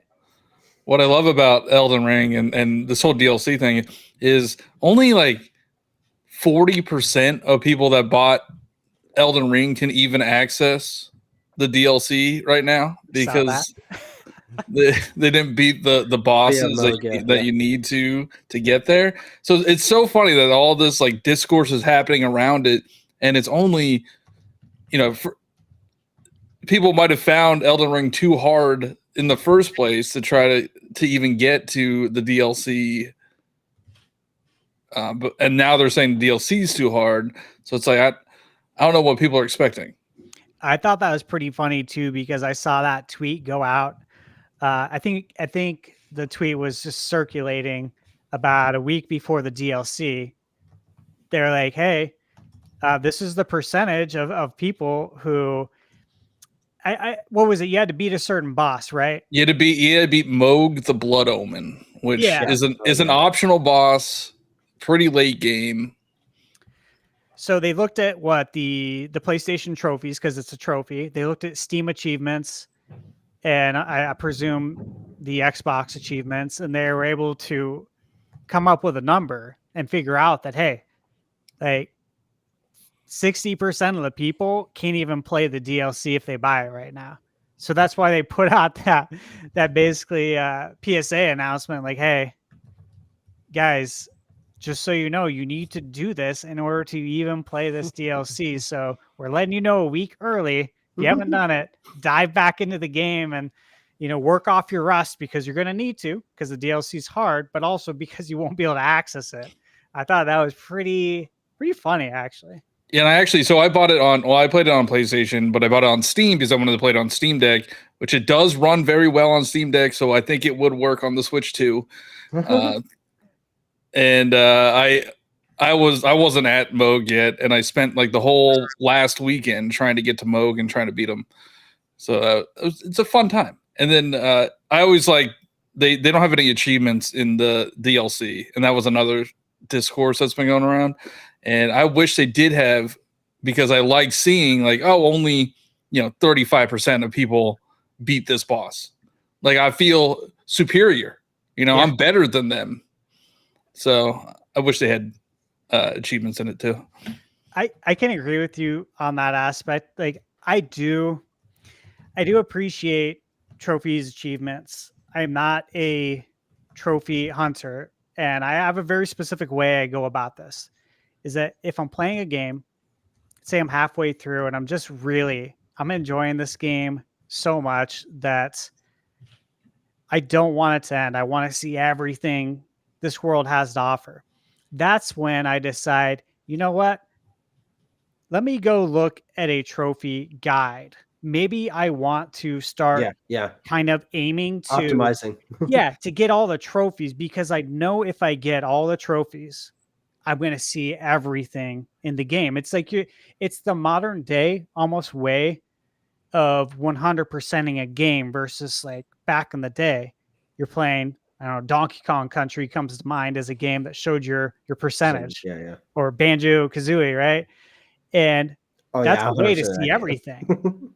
Yeah. So if I really love a game, I'm going to do that. I never start a game and say, as it's installing in my PS5 or my Switch, that I'm gonna platinum this or 100% it. Yeah. It's always if, hey, you know what? I'm having a great time. I want to stay a little bit later tonight. I want to keep playing this game until the end. Is really what it comes down to. I'm doing that right now with an Astrobot Rescue Mission on PSVR. That's just a great game, and I beat the final boss today. I am at 84% trophies. I have 4 optional challenges left, but they're required for the platinum, and they are so much harder than the rest of the game. And I'm just like, I have to. But I like the game. I'm so close. I'm so close. So obviously, occasionally, a little bit of challenge, I don't mind it.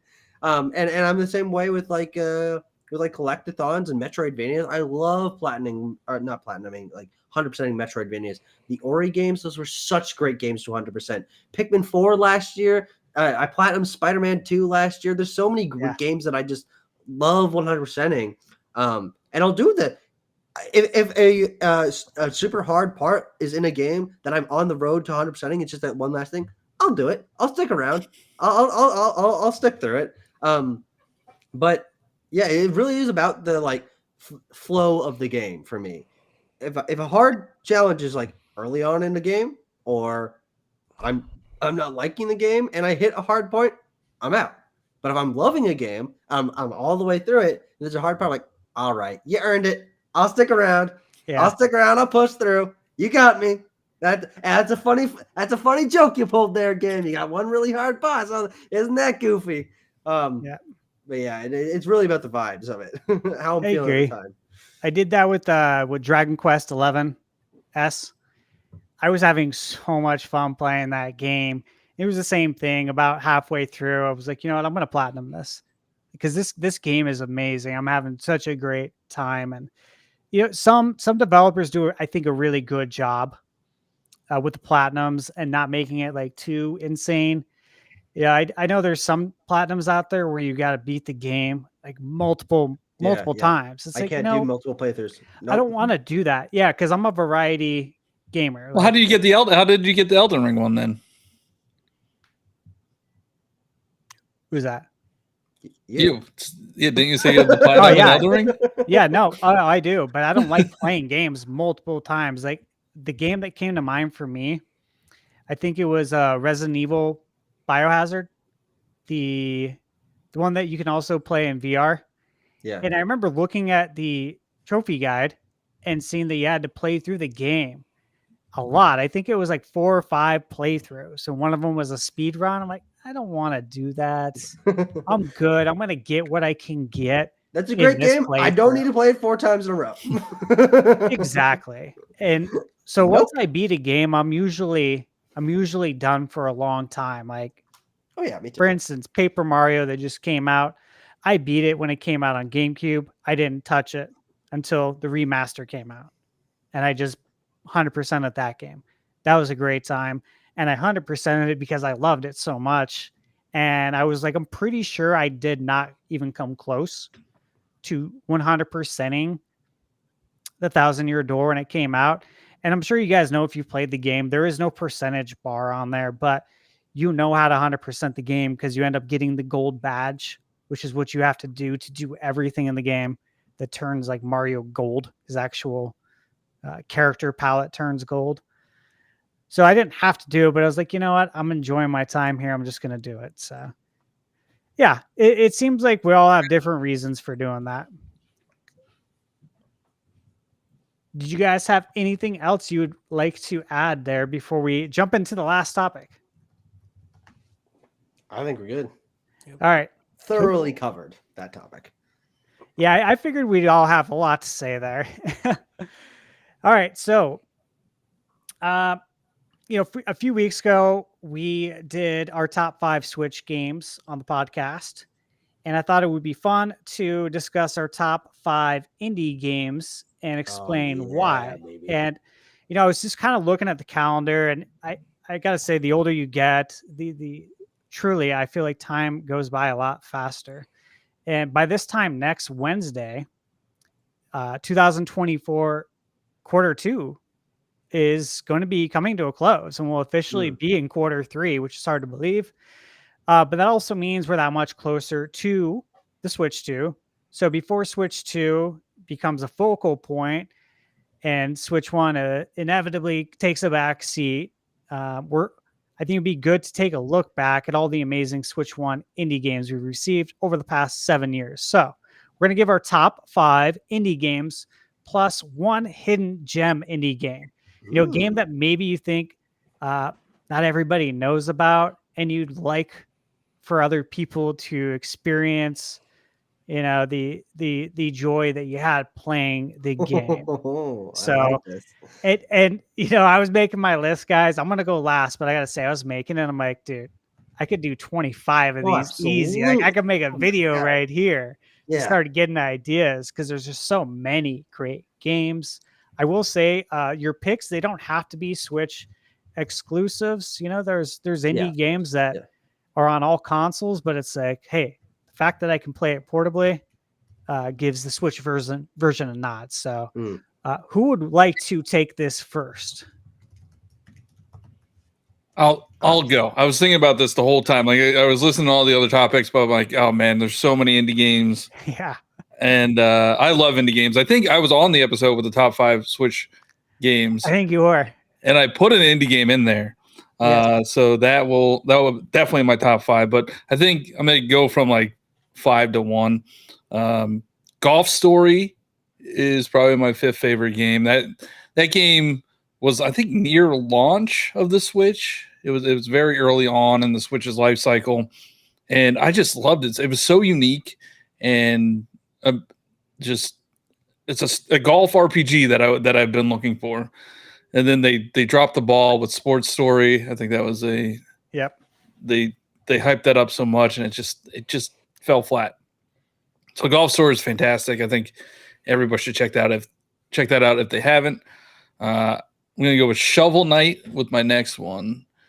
I actually backed Shovel Knight on Kickstarter for the Wii U version. Sweet. I don't know how many years ago now. Well, I guess it's been their 10th anniversary was recently. Is that?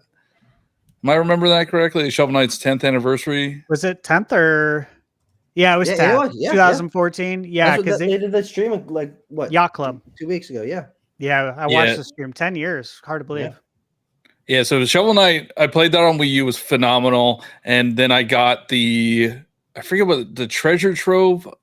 Yes. On the Switch. Yeah. It was a launch title. Mm-hmm. And I played through all the campaigns. Like they're really good with Spectre Knight, King Knight. Like they're all unique and different. Shovel Knight's just a fantastic IP. I'm a little annoyed that they haven't released like a sequel. Yeah. Like I know they have. Like I've played Shovel Knight Dig. I've played the puzzle game. I forget what that one's. Pocket Dungeon. I played those. They are very good, but I would just really love another Shovel Knight platformer. Yeah. They announced a deluxe edition. Yeah.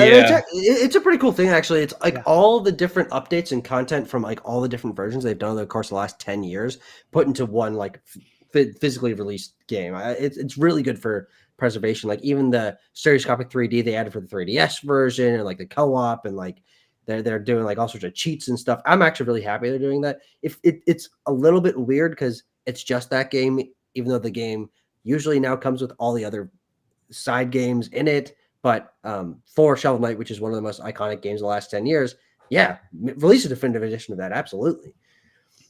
They just care so much. They put 170% into Shovel Knight. They did. I'm a huge fan. I remember backing that, and it took a long time for it to actually come out. Like after the Kickstarter was over, it took years for it to come out. But Shovel Knight's fantastic. My next one, I think I'm gonna go with Cuphead. Just the art style is so unique. It reminds me of a Souls type game. It's more difficult, which you would never think when you look at that game. You're like, oh, that's like it's a cartoony game. That's a Nintendo game. There's no way it's going to be hard. And then you just get destroyed in every boss fight. Yeah. But Cuphead, fantastic, and the DLC is really good too. Next one, Vampire Survivors. I know it's probably like pretty cliche, but I could just play that game for hours and hours and hours with no.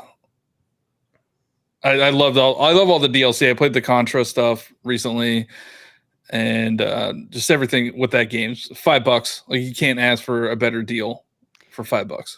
I've yet to play Vampire Survivors. I've heard obviously so many great things, and of course when the Contra DLC got announced, I'm a big Contra fan, so I was like, oh my god, just another reason why I got to jump into this game. Yeah, it's good. It's really good. $5, and then the DLC is like $2 every pack. So, which is cool. It's phenomenal, especially with the price of DLC today. And then my number one, and I think this is actually my game of the year this year. I don't see it being topped. That's Balatro. Oh, or dude, however you say it. I don't know. Yeah, I think I've been saying it wrong. That's what I said. But a roguelike poker game, like, come on. I beat my first run like a week ago. I felt so good. Yeah, I haven't played it that much, but I actually played it more. I've played it more than Tears of the Kingdom. I have like close to 100 hours into it right now. Wow. I unlocked like all the decks. I've done like the hardest difficulty you could do. That is just a turn your brain off, and it's so good. Like if you guys haven't played it. What's your go-to jokers? Like go-to joke, anything that has like a multiplier. So the one where if you skip a blind, it gives you a multiplier. Mm-hmm. Which I don't know the names of them, but right, yeah. And then I don't know. There's like an achievement to score 100 million points in one hand, and I'm like, I don't even know what you would do for that.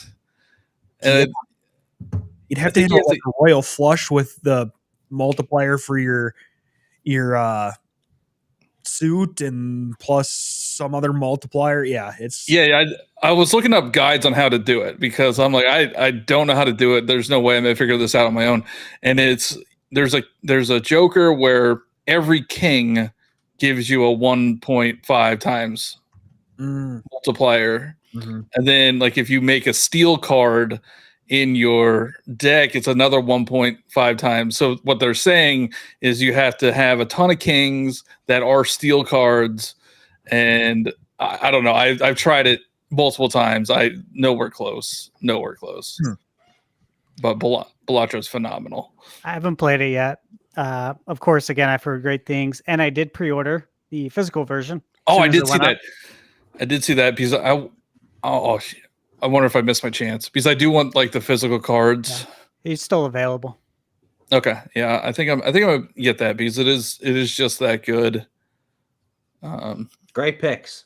Yeah, great picks. What's your last one? My hidden gem. There's a game called Cobalt Core.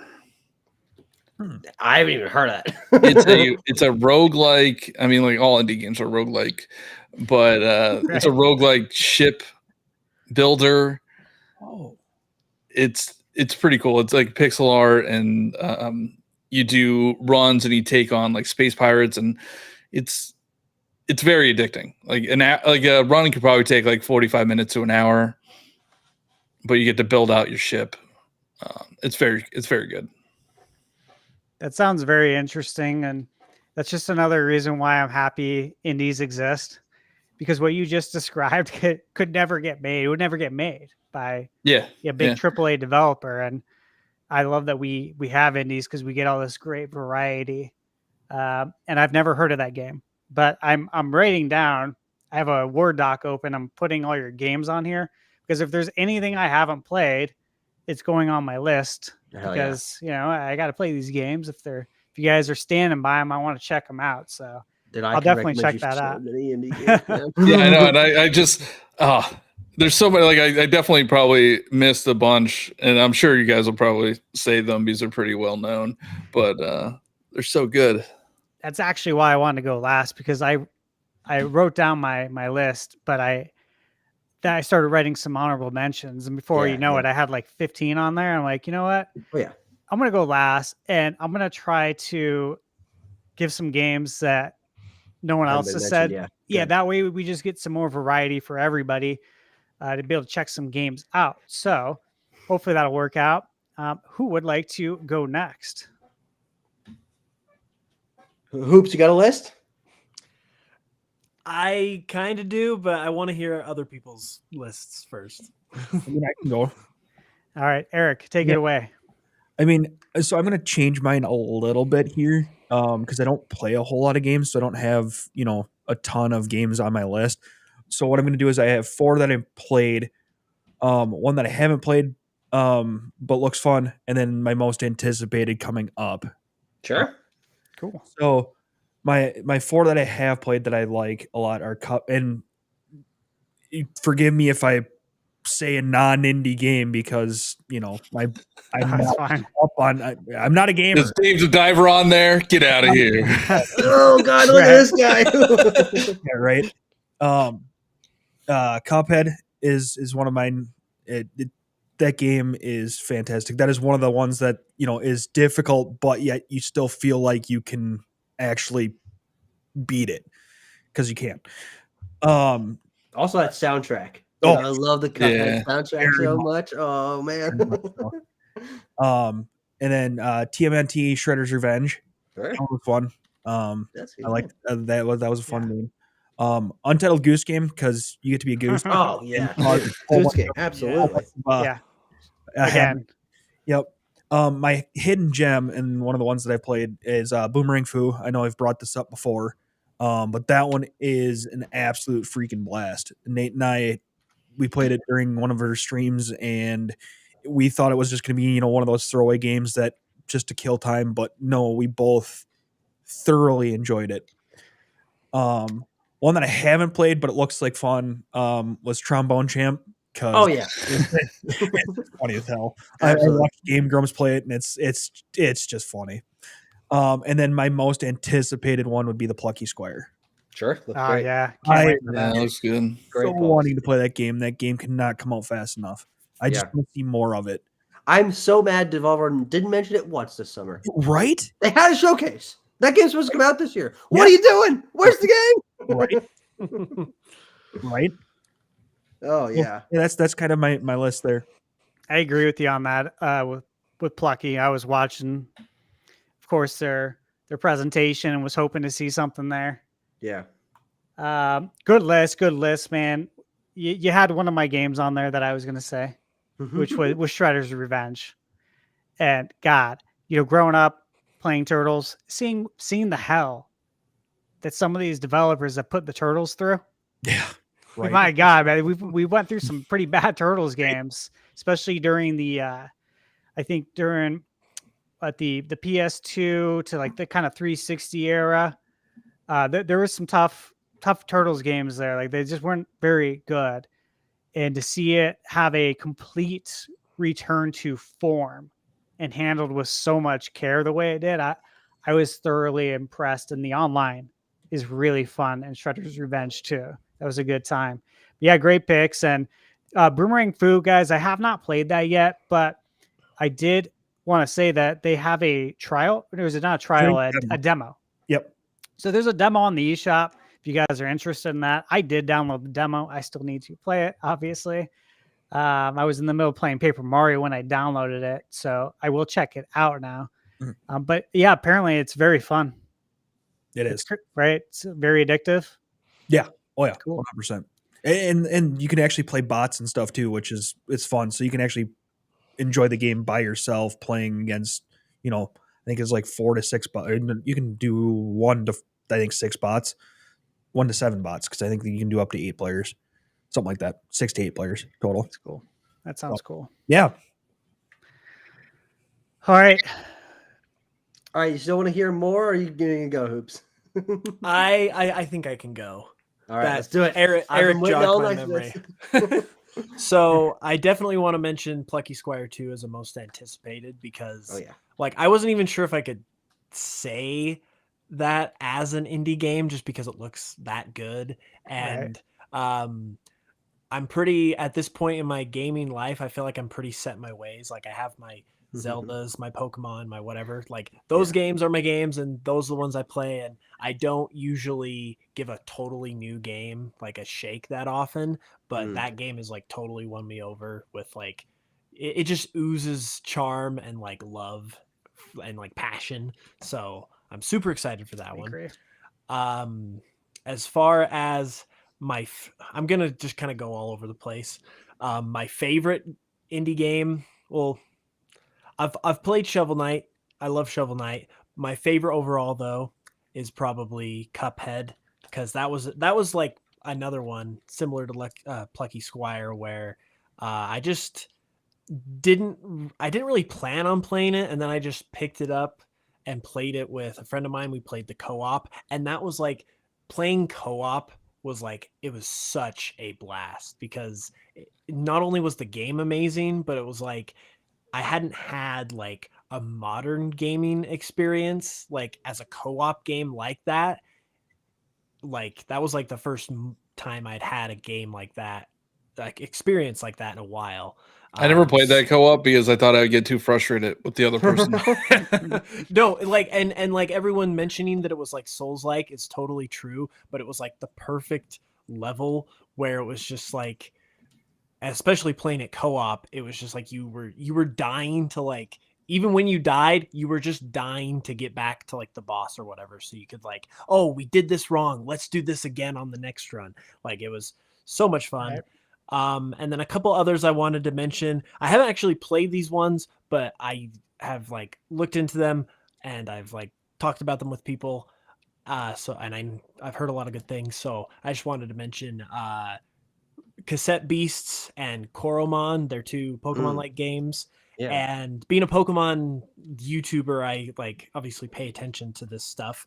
And I think like this generation in particular, especially with indies, has like given the chance for Pokemon like games to sort of exist to a more, I guess, available degree or bigger degree, to where it's not like they have existed before this, but there's been a lot of really cool ones this generation that have come out, and I think Cassette Beasts in particular is really like unique in the way that it kind of tries to tackle that. So those are two that I definitely plan on checking out, and I think you should check out if you haven't, because they definitely are pretty cool.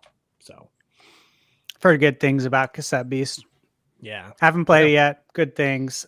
I think it's on Game Pass. Oh, cool. Pretty sure I have Game Pass, so that would be a good one to get if you guys have Game Pass. Check it out. Don't quote me on it. This is a Nintendo podcast. What are you talking about? Can't mention that here.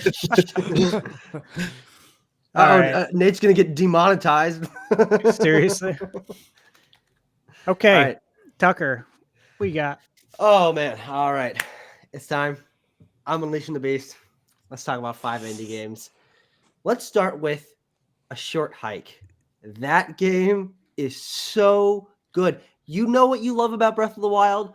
It's the music, it's the environment, it's the finding little collectibles, it's the climbing, it's the gliding. But imagine that all on a map that feels massive and expansive, but can be covered in the game can be easily beaten in 2 hours. But you can speedrun it, as I have, in like 6 minutes. That's the kind of game this is where it feels like you've got this open world, but in reality, it's so small and manageable. It's about a little penguin character trying to get to the top of the mountain. But you go around, you talk to little Animal Crossing type characters. It's got great writing. The movement is just so fluid. And you collect these little golden feathers around the environment where every time you grab one, it lets you add another flap to your jump so you can keep jumping up in the air, and you can get up to 20 of them. So you can just absolutely go, and it lets you climb even farther, like an upgrade to your stamina bar in Breath of the Wild. It's got amazing music. You can get a boat where you go around a boat on the water. It's just phenomenal. I can't recommend this game enough. It's got this art style unlike almost anything. It's kind of it's kind of based on like DS3, like you know what DS games look like when they're trying to do 3D. It's kind of like that, but like no one's making games like that now. So it's just gorgeous, amazing music. I can't say enough great things about it. I just looked it up. I'm familiar with this game. Yeah, but my God, Google user reviews. I actually put some stock into this because I always said that I feel like if people took the time to write a review, yeah, I want to hear what they have to say. If like they normally don't do this, I'd be interested. 98% like it, and then just seeing from a glance, Steam ratings 10 out of 10. Yeah, I give this game a 5 out of 5. It's one of my favorite games of all time. It's awesome. So yeah, that's going to get played for sure. I'll check that out. And again, easily within 2 hours, you can have the full experience. But it's also a game that rewards you like going back and doing it multiple times. And as I said, it's really fun to speedrun because the movement's just that good. Yeah. All right. Next up, SteamWorld Dig 2. The SteamWorld Dig games are such a great spin on the Metroidvania genre because in Metroidvanias, you're upgrading yourself, you're exploring a big map, but in SteamWorld Dig games, you're digging down into a well. And so you get to build your own path through this. But it also has the best gameplay loop ever, which is you go down and you're digging and you find some gold and you find some gems.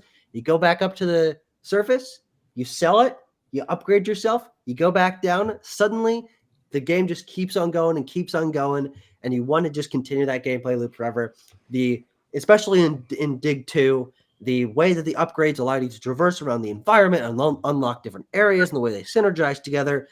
I think this is one of the most finely tuned and finely crafted games I've ever played. I think it's just absolutely phenomenal. It's one of those games that just begs for you to 100% because I just wanted to go through every single little nook and cranny in the environment and collect everything. And so, I can't recommend that game enough, especially if you like Metroidvanias because it's such a different kind of game. Yes. Anyone played the Dig games here? SteamWorld Dig? I really enjoyed that. I played them on the 3DS. Well, I don't know if Dig 2 was on 3DS, so I definitely played Dig 1. Yeah, I that's a great game. Played Heist. I'm excited for SteamWorld Heist 2. That looks like it's going to be really good.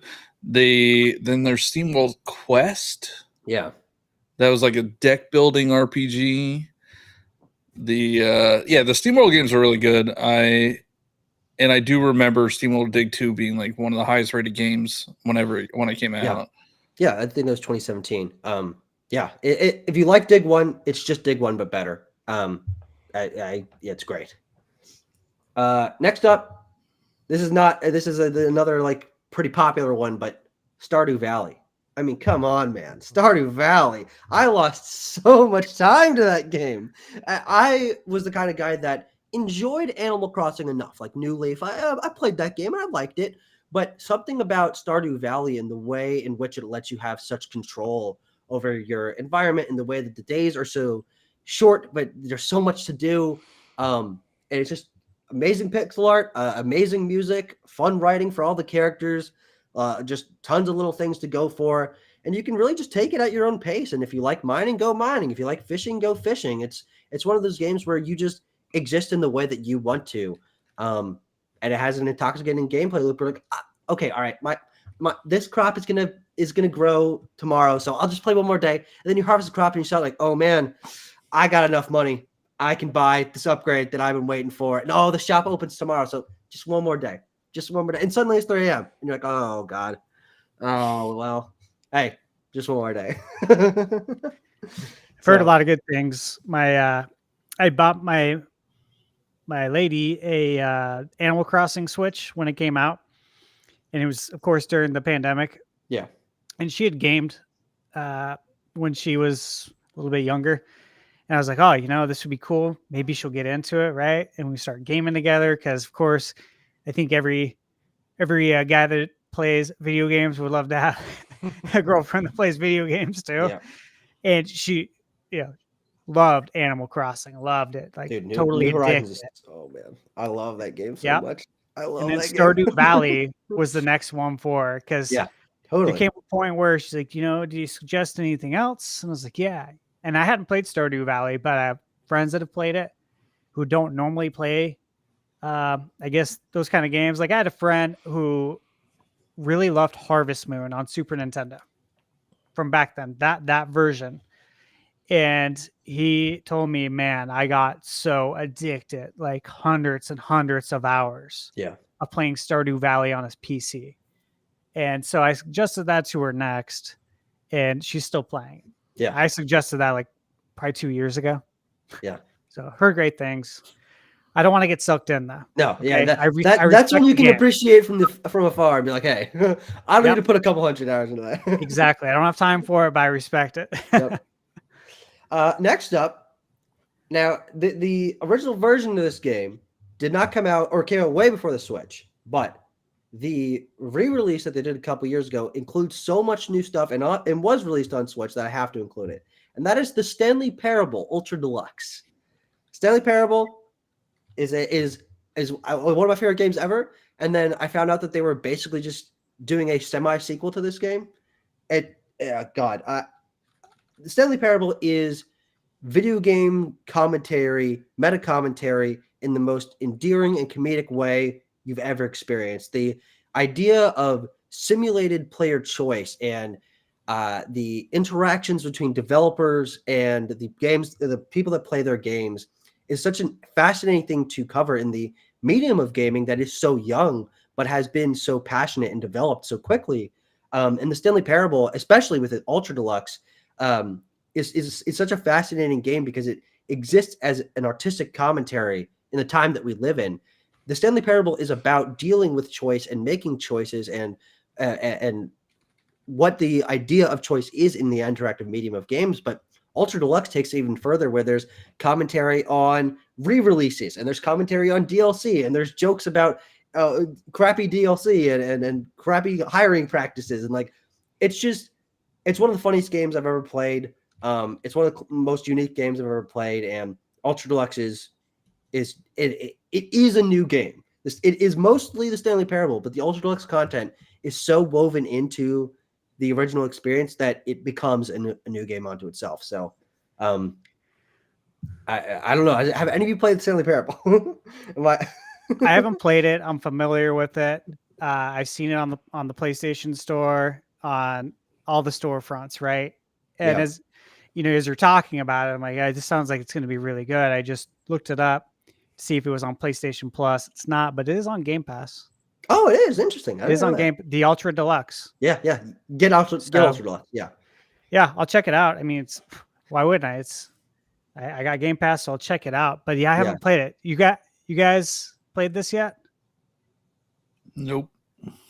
Nope. Sorry. I mean, I think I've seen it because I could hear the narrator in my head, and I do know that it's supposed to be very funny. Yeah, it's hilarious. And yeah, now I might pick it up because I'll. So the interesting thing about the Stanley Parable though is it's you know how there's a lot there can be games that have just like endings, like ending A, ending B, ending C, things like that. So the Stanley Parable is the endings you get based on the choices you make, obviously. But a run of the game to get an ending is somewhere between 3 and 7 minutes. And so if you want to just experience the game and like understand its basic conceit, play for 30 minutes and you'll get it. But then there's like 8 hours worth of endings. So if you really want to go deep and like if you turn around and exit that door in that way and then suddenly you get a whole new path, it's a game that kind of folds in on itself and introduces things later on that kind of recontextualize things from earlier.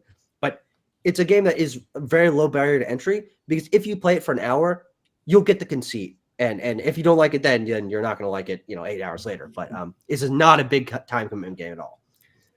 Good to know. Mm-hmm. The final game that I'm going to talk about is John, you mentioned your game of the year is an indie game in Balatro, and that's another great game. Really, really loved that. But my game of this year is also an indie game so far. We'll see if anything takes it down. And this is a game I can. If you guys haven't played these other games, I can guarantee you didn't play this game. And that is Lorelei and the Laser Eyes. Now you might have heard of Sayonara. Oh, it was in one of the directs, wasn't it? Yeah. Oh yeah. Yeah. It was.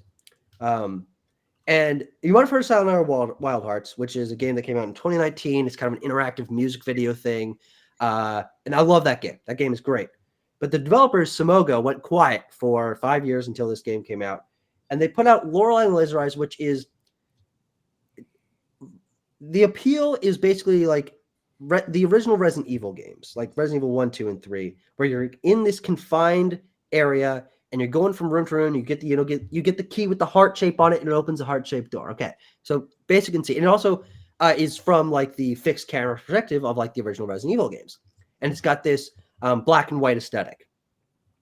But this game is about puzzles, and it's about every kind of twisted, messed up, screw with your brain puzzle you can possibly think of. And this is a very, very niche game, and so my passionate recommendation does not mean that any of you will enjoy this game.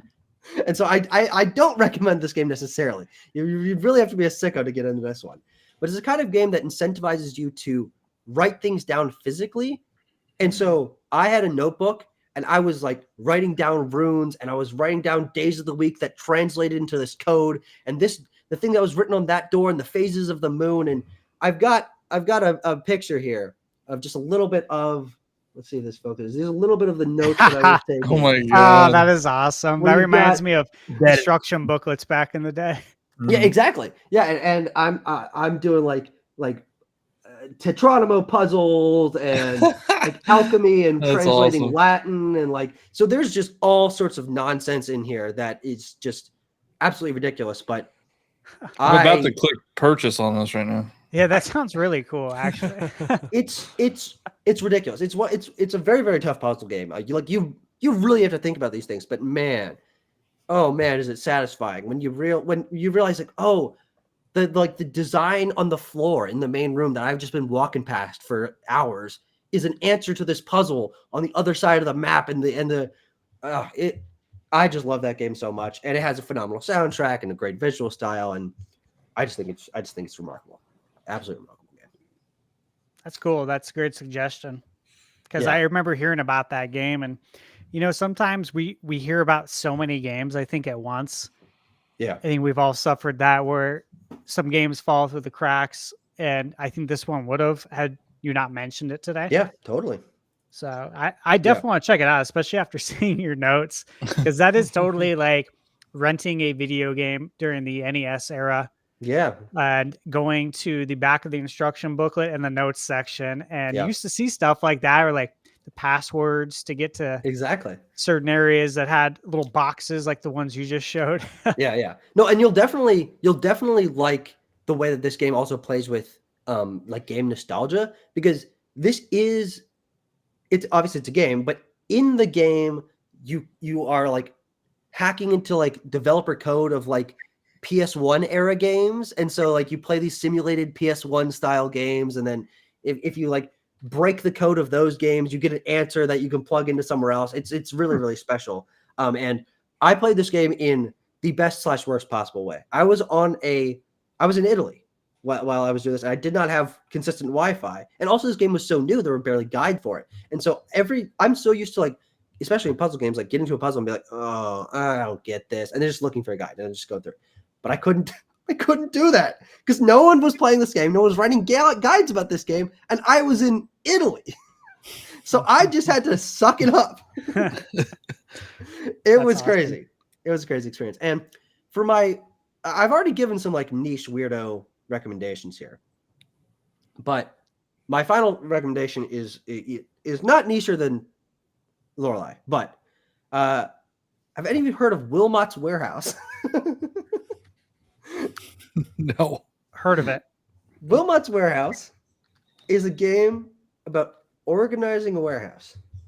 You're a little square guy named Wilmot, and you work at like an Amazon type factory, and every day a truck comes and drops off a set of blocks, and it's a very simple visual game, and the blocks are like a yellow block with like a cross pattern on it, or an orange block with like grapes on it or something. They're very simple, and the entire cycle of the game is just you over the course of playing the game are in this warehouse, and every time they drop off new blocks, you come up with your own organization system.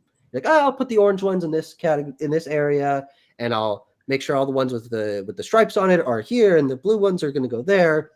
But it builds so naturally because the game switches between that mode and then the other mode, which is we want you to find 3 things, get them to us as quick as you can. And so then you are tested against your own organization of, I'll go over here, get that, get over there. And then, over the course of the game, you get like 100+ different types of blocks to deal with. And this is some complete sicko shit. Like most people don't know this game. Most people are not going to enjoy this game, but I am a lists guy. I am an organizing guy. I'm a spreadsheets guy. And this game tickles that itch. If you like making spreadsheets, if you like organizing things into little categories, this game, I could not stop playing this game. I absolutely lost like 12 hours to it. And by the way, the game doesn't take that long. But every time they give you like unlimited time to organize, like just take as long as you want. And I would just sit there for like an hour and a half each time, just like, I want to reorganize this whole thing. So it's messed up. It's a weirdo game, but it's on mobile. I played on mobile. It's great, but it is on Switch, which I think would be the best place to play it because you get touchscreen and you get button controls. So Wilmot's Warehouse, that's another recommendation for me. Awesome. Those are all very, you definitely have some like niche picks in there, which I appreciate because I want to learn. Yeah. This is also learning, I think, for all of us, for me, games that I don't want to miss kind of games. And all the ones you mentioned, I've Googled all of these as you're talking about them. And man, like people are raving about like all these games you've talked about. Yeah. Like some might say I have good 9s taste. and up. Yeah. Apparently you do, man. Some good picks. So thank you for that. If I told you my hot takes, though, you would not think I have good taste. Let me just put it out there. You would not think that at all. It would take you 5 seconds to think I'm a complete idiot. All right. Is it my turn now? Absolutely. Okay. Yes. Well, as you guys were going through the list, I highlighted the ones that I want to mention that haven't been mentioned yet. But for a lot of your picks, I've played them. I agree with them. So let me just say that. My most anticipated game is a game by Yacht Club, and it's Mina the Hollower. Oh yeah, looks great. Very excited for this Yeah. game. They said the inspiration was like Link's Awakening and Castlevania. But yeah, you can definitely see that. It's like, dude, sign me up, man. Love top-down Zeldas. Love Castlevania. Konami doesn't make Castlevania games anymore, so Yep. this is great. So that's one I'm really looking forward to, and I'm sure you guys saw it then at the what was it called? Their direct Devolver's Mhm. Devolver Digital, and it's not coming out yet. I don't know if it'll come out this year. I'm guessing it's probably not, but at any rate, that'll be a day one for me. Most anticipated games. I'm going to give it one that if you guys haven't played it, you should check it out. It's really cool. I think especially it's like a love letter RPG to 80s and 90s kids that grew up watching Saturday morning cartoons. And that is Saturday Morning RPG. Very cool game. There's a summon in the game that is the giraffe from the Fruit Stripes gum. Yeah, like I'm talking, there's some cool stuff in this game. I bought it physically. In fact, this was the first game that I bought from Limited Run Games. And this was, I think, this was their first title after they released the game that they were working on before, when they were game developers. And so this was like their first physical release of a game outside of that. And I remember seeing it. I'm like, dude, there's no way that this game is real. This looks so cool. And that's just the tip of the iceberg. So if you like that kind of stuff, that is a really cool, fun game. And I'm sure it's probably a pretty good deal, I would imagine, digitally. It's $10. Yeah. Nice. Totally worth it. My next three are going to be games that they're big indie games now.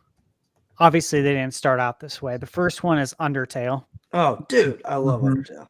Oh man, Yeah, talk about a soundtrack, man. Oh my god, such a cool game. The fact that you can play it in different ways, with as far as being, what was it, the pacifist?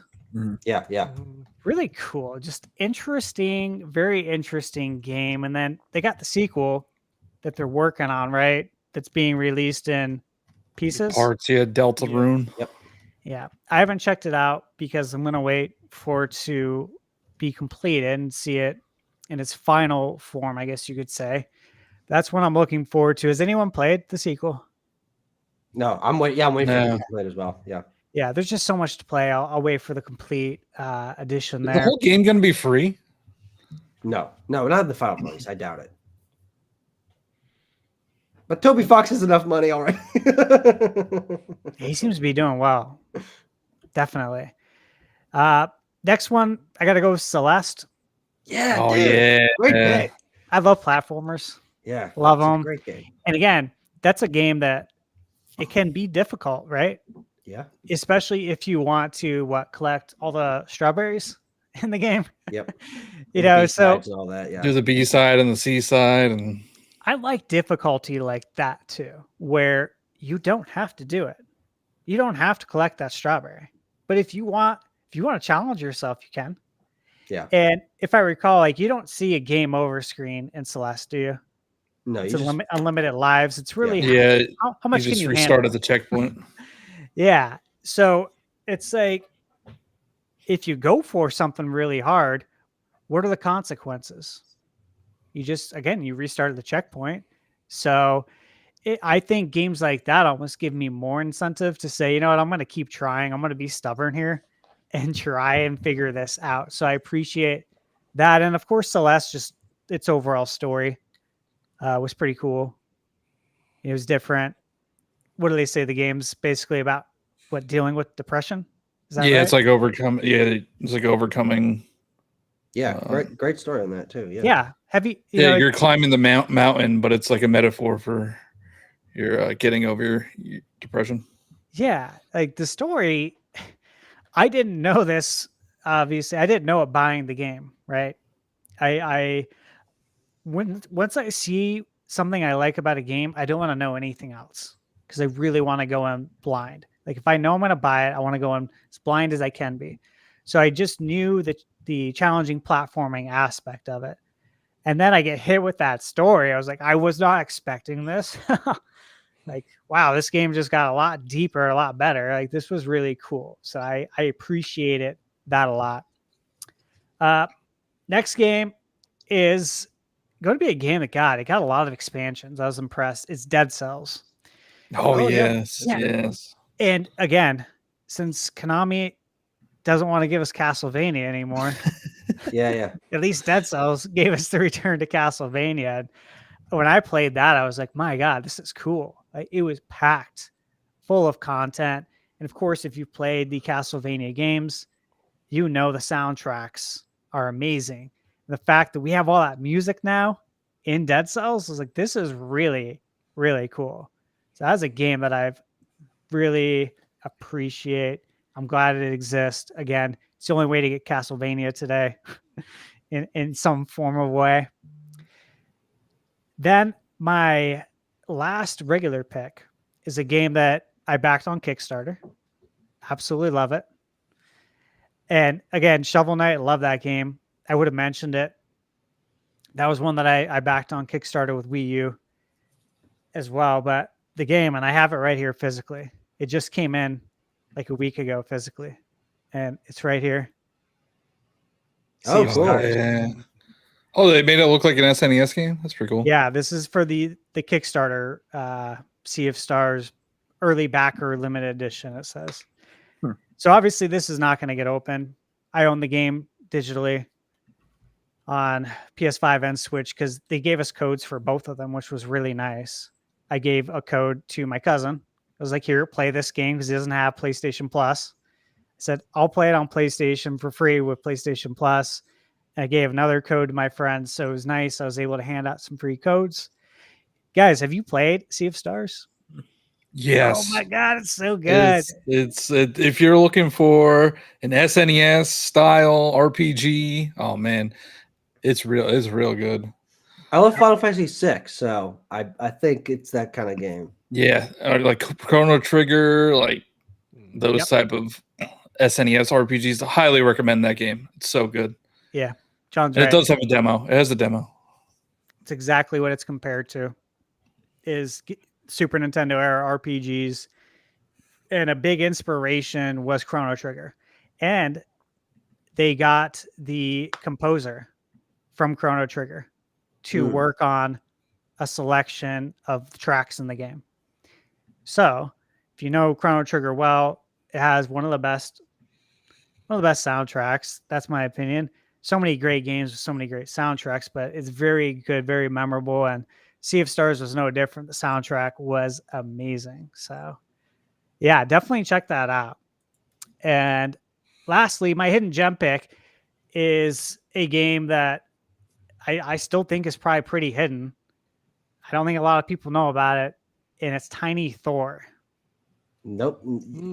Never heard of it. Yep. Tiny. So I reviewed this game on my channel, and it was really cool because the developers actually commented on it. And I wasn't expecting that because I didn't have very many subscribers. I still don't have a lot of subscribers, but this is when I had like maybe 100 or something. Yeah. I was like, oh, that is so cool. You know, like this is great. And they're like, yeah, you really understood the game and you get what we're trying to do. I was like, this is cool. I'm on the right track. Let me tell you guys, if you like tight, challenging platformers that are hard but fair, very similar to what the president there at From Software said, where like if you die, you know how you died, and you can pretty much figure out what you're going to do different the next time. It's like that with some of the jumps in the game. I mean, you got to be really precise, and it's like if you grew up playing games in the NES era, platformers especially, there's certain games that I think weren't intentionally trying to be hard, but because we're in the kind of infancy stages of game design, some of these jumps, you had to be right on the edge to hit that platform like perfectly. And it reminds me of that except it's not a broken game. It's just really tight platforming and tight controls, and it's very rewarding. And there's also a little bit of Metroidvania aspect to it as well, which again I wasn't expecting and I was impressed by. So yeah, if you get the time, check out Tiny Thor. It was a very, very cool game. It's the graphic style it's like Super Nintendo era, but better. So you could probably say 32-bit 2D kind of style game. Mm-hmm. It looks very nice, very cool. Obviously, the character in it's Thor. The story doesn't matter. I even said that in my review, and the developers agreed with me too. That the story doesn't matter. It never does. Never does in platformers. We know that. It's not about the story. It's about the gameplay. And so, yeah, that was a very fun game. So, yeah, if you guys haven't played it, check it out. Well, that wraps up all the games there. Could I mention one thing real quick? Yes. Because I think we would probably get flamed for not mentioning Hollow Knight. I know, right? That's a great game. Yeah. Yeah. And it's a fantastic game. I mean, I think everybody's just bitter on it because we're waiting for Silk Song. And yeah, but Hollow Knight's fantastic, and so is Hades. I thought somebody would have said Hades too, but I love that. I had them both on my list, and I feel like I didn't mention them because they're such big games, right? Like everyone knows these games now. Hades, Hollow Knight, they're household names. Add Axiom Verge, that's an awesome game. Penny's Big Breakaway, which came out recently, that game was rad. I think you guys would like that. There's a lot, like Blasphemous, great game. I'm sure we had others. You guys have any others you want to throw out there? I mean, I can do it, doesn't? yeah, there's so many. There's so many. Yeah, there was a lot. I'll throw out one more before we switch over to our fan submitted topics here. Patrick's Parabox. If you guys haven't played it, it's freaking good. You're basically a cube inside a cube, and you're trying to push boxes around, and you enter other cubes to push blocks into certain patterns and things like that. It's actually really freaking cool. Have you played Cocoon? It sounds like Cocoon. I have not. Oh, Cocoon, yeah, Cocoon's good too. That's like That's a puzzle. very good game. Yeah, But it was, I believe it was created by one guy. cool. As developed by one guy. So, all right. With that, we'll head over quick to our fan submitted topics.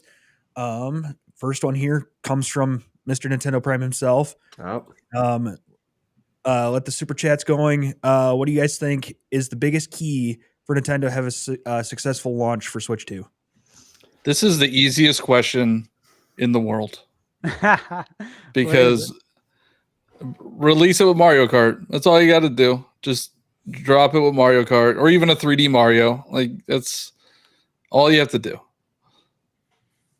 Do exactly what you did with the Switch. Like, I agree. Bring the heat. You brought it with Breath of the Wild. You brought it with Odyssey. You kept releasing like good, significant games all throughout the Switch's lifespan. Like you didn't let up off the gas. Just do that again.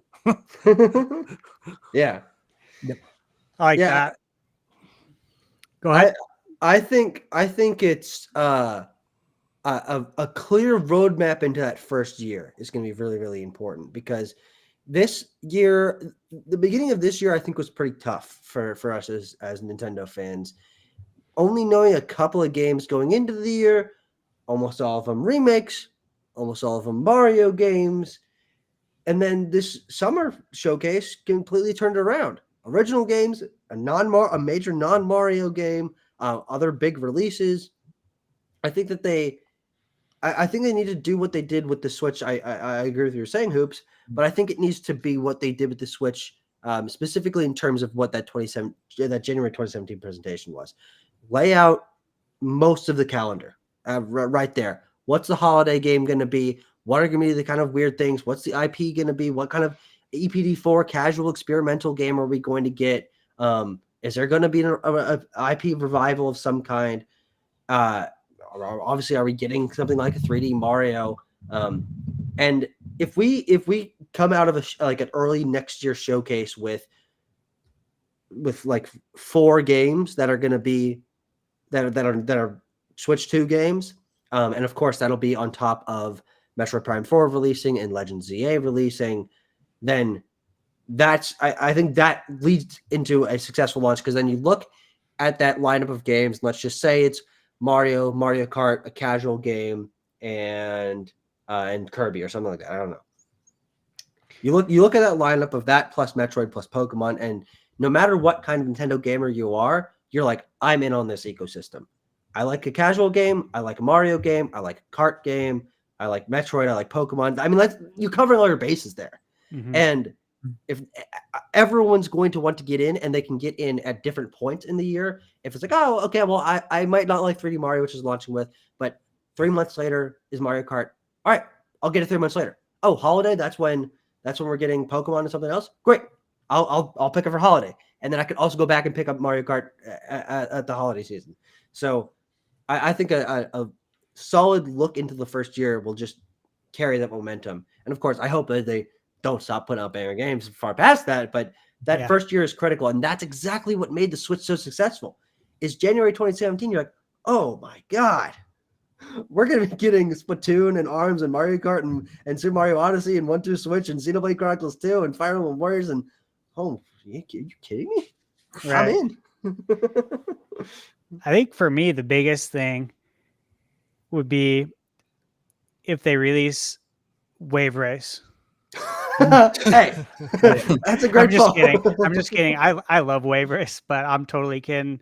With a Game Boy one? No, that game's not very good. I know. 64 and Blue Storm. I love them, man. 64 is great. Yeah, they still haven't. They still, I don't think, have beat the water physics and the way they react in that game. It's still the best I've ever seen. Yeah, which is wild. I don't know, but in a serious answer, I think we need clear marketing. We can't have Wii to Wii U. People did not understand it. We understood it, but the mass public did not. The gamers get it.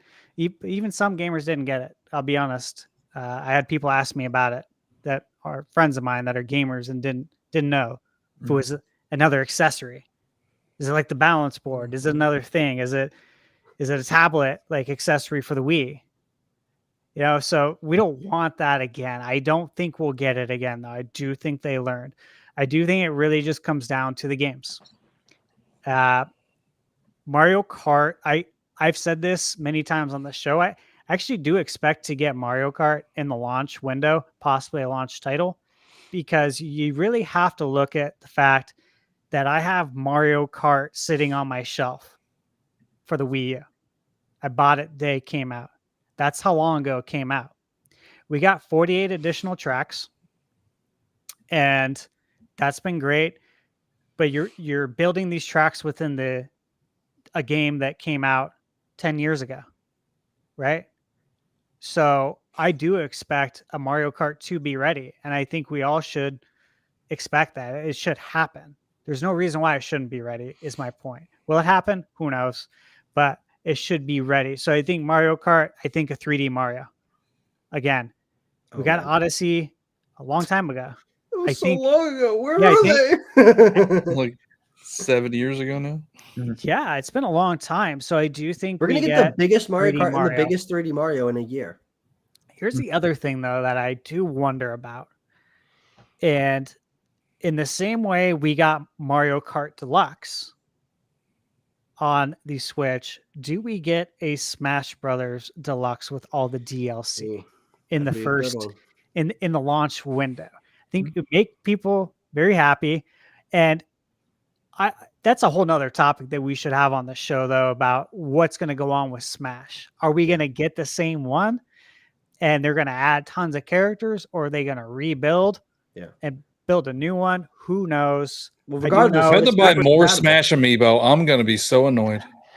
I Right? just completed the set. I just completed the set, you know? Congrats. Yeah. I think for me, it's tangential to what you were saying, Steve. Don't fuck up the name. Yeah. Just call it Switch 2. Don't screw They're up. not going to do it though, unfortunately. You're not going to do Not. it. You know. There's no way. Not have another like Steve said. You cannot have another Wii U situation. Do not screw up the name. Yeah. That's It's a big the deal. biggest thing for me.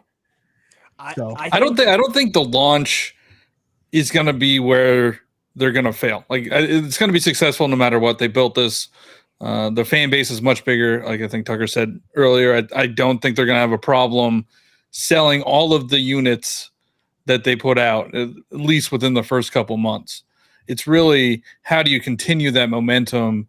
And I think they need games like they did with the Switch, where they had a game every single month in the launch year. So they need something like that. Mm-hmm. Yeah. And I think the third parties, I really got to believe that all these third parties want to be a part of what the Switch just did. Why would you not? Totally. It's a reason to be able to print money. So I think we're going to get a lot of those big third party titles like That's a great point. Yeah. Elden Ring, like Final Fantasy Yeah. remake. I think we're going to get Call a lot of of Duty. that stuff. Yeah. Absolutely. God's coming next year. Yeah, totally. And You know, it's not coming though. GTA 6. But GTA 5. Hey, like a launch window title for the next system. Red Dead. Be nice to have Red Dead Redemption 2 on there. Yeah, that'd be great. How funny would that be if it ran at 60 FPS? Other games that have recently been like rumored, I guess, for Switch 2 are like actual legit ports of the Kingdom Hearts games and not just the cloud versions. Yep. And I would be all over that. I was super disappointed when they dropped the cloud versions because I've played a good amount of Kingdom Hearts, not all the games, because I've been like a Nintendo guy and I've never really owned a PlayStation system that often.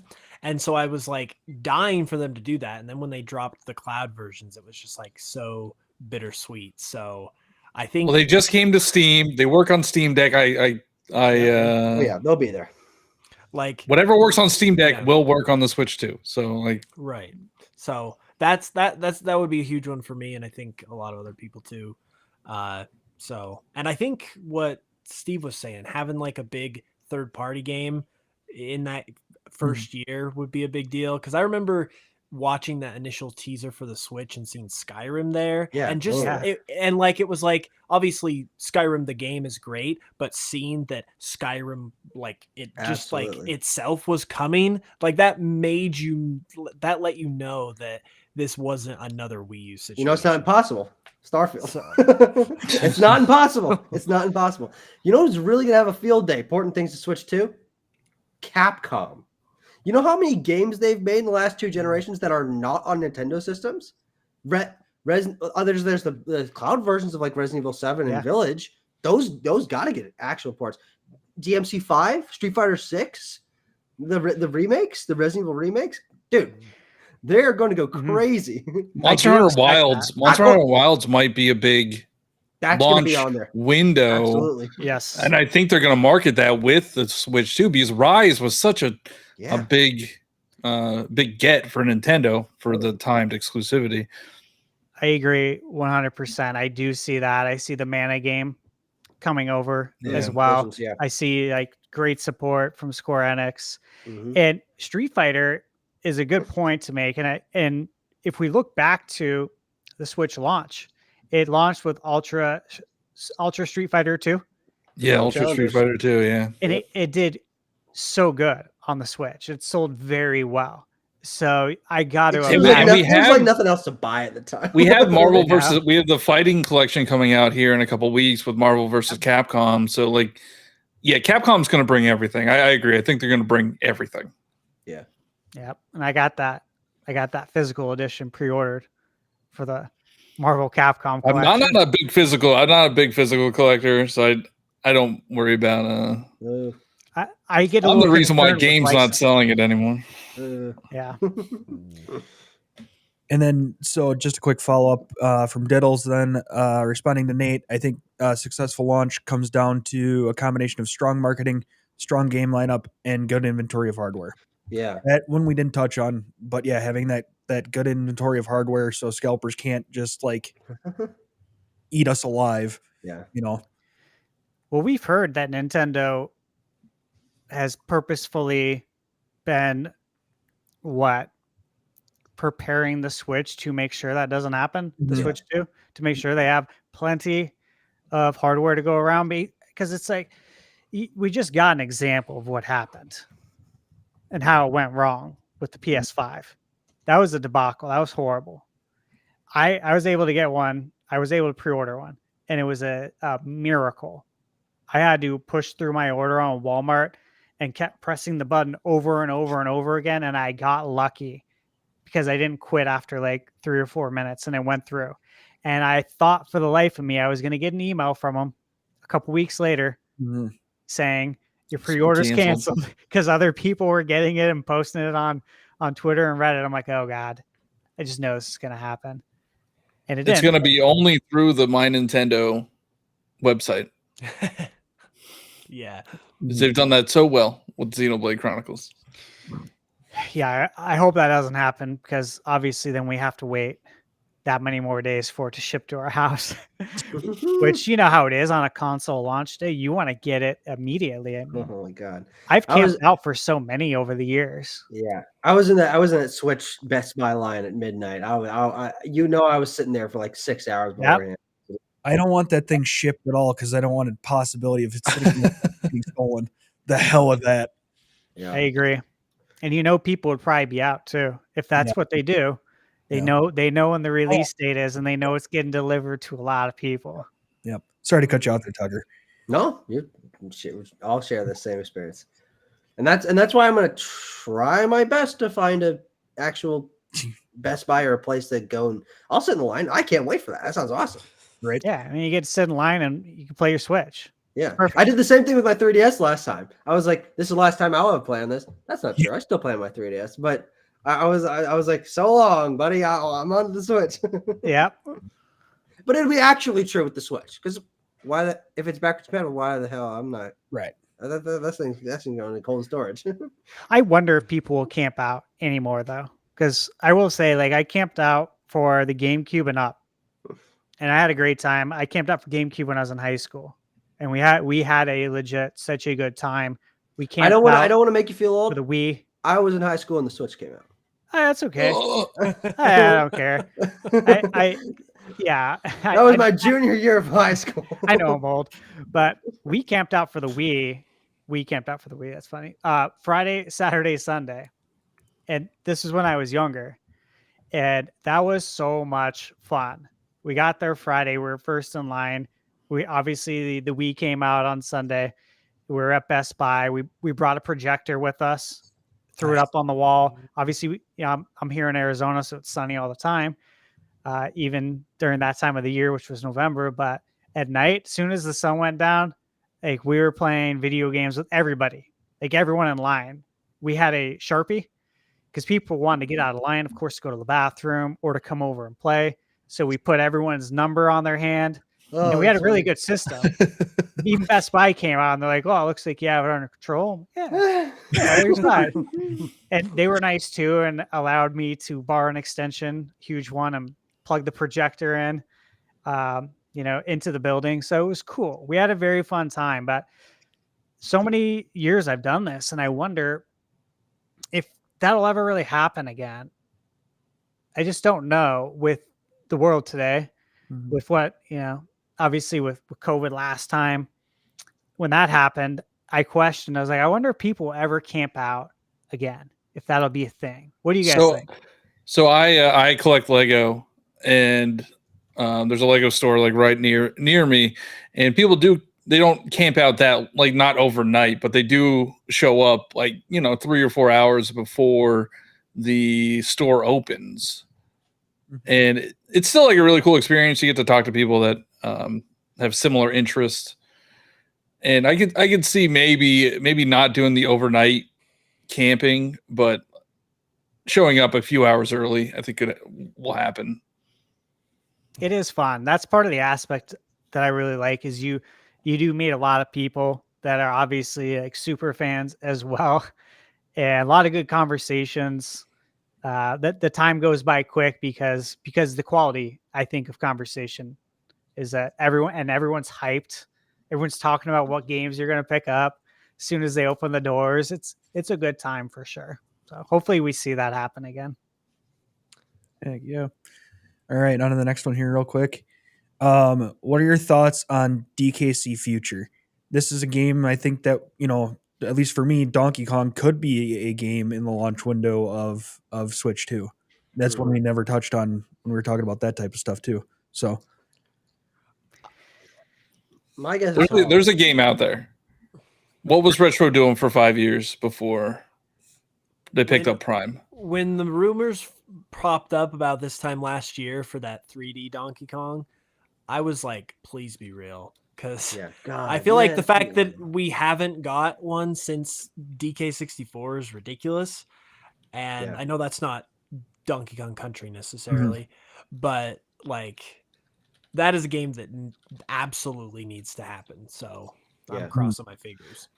I think that over the course of the next generation, Donkey Kong will be back and as strong as Donkey Kong was. Let's say Super Nintendo era. I know there's like a lot of like GameCube, DS, like all that stuff spinoffs, but like I think main core Donkey Kong will be a major part of the next system. The theme park is a big thing. They're porting the games. My guess is that, or my feeling is that DKC Returns HD is going to be the sort of thing that Pikmin 3 Deluxe was in terms of putting out a port, starting the momentum of the series back up, putting it like just having the shelves in the eShop filled with a bunch of different options for you to get into the series. Here's my guess. I agree. I think a 3D Donkey Kong. I don't think it's coming soon. I think that's like a mid-generation thing for the next console. But 2D Donkey Kong end of next year, and here's the moonshot.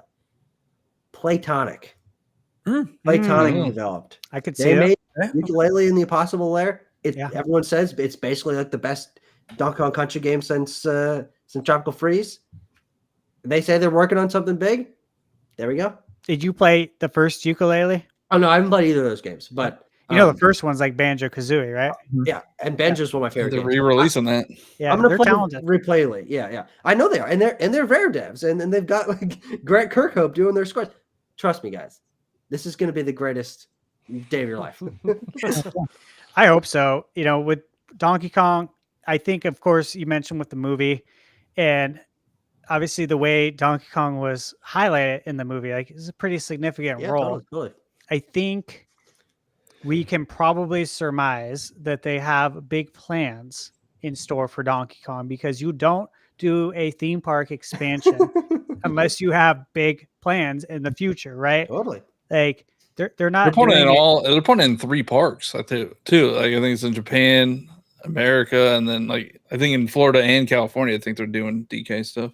Yeah, it's a big deal. So, I look at that. I think about the fact that this year is the 30th anniversary of Donkey Kong Country. Came out in '94. Yeah, I was there when it came out, like for all the hype and everything surrounding it. It was a very special experience. And I will say, I think Donkey Kong peaked for that time. Like if we look at '94, we look at the Super Nintendo to today, Donkey Kong did best on the Super Nintendo with Donkey Kong Country games. Tons of hype around DK64. It was a hit or a miss for a lot of people, unfortunately.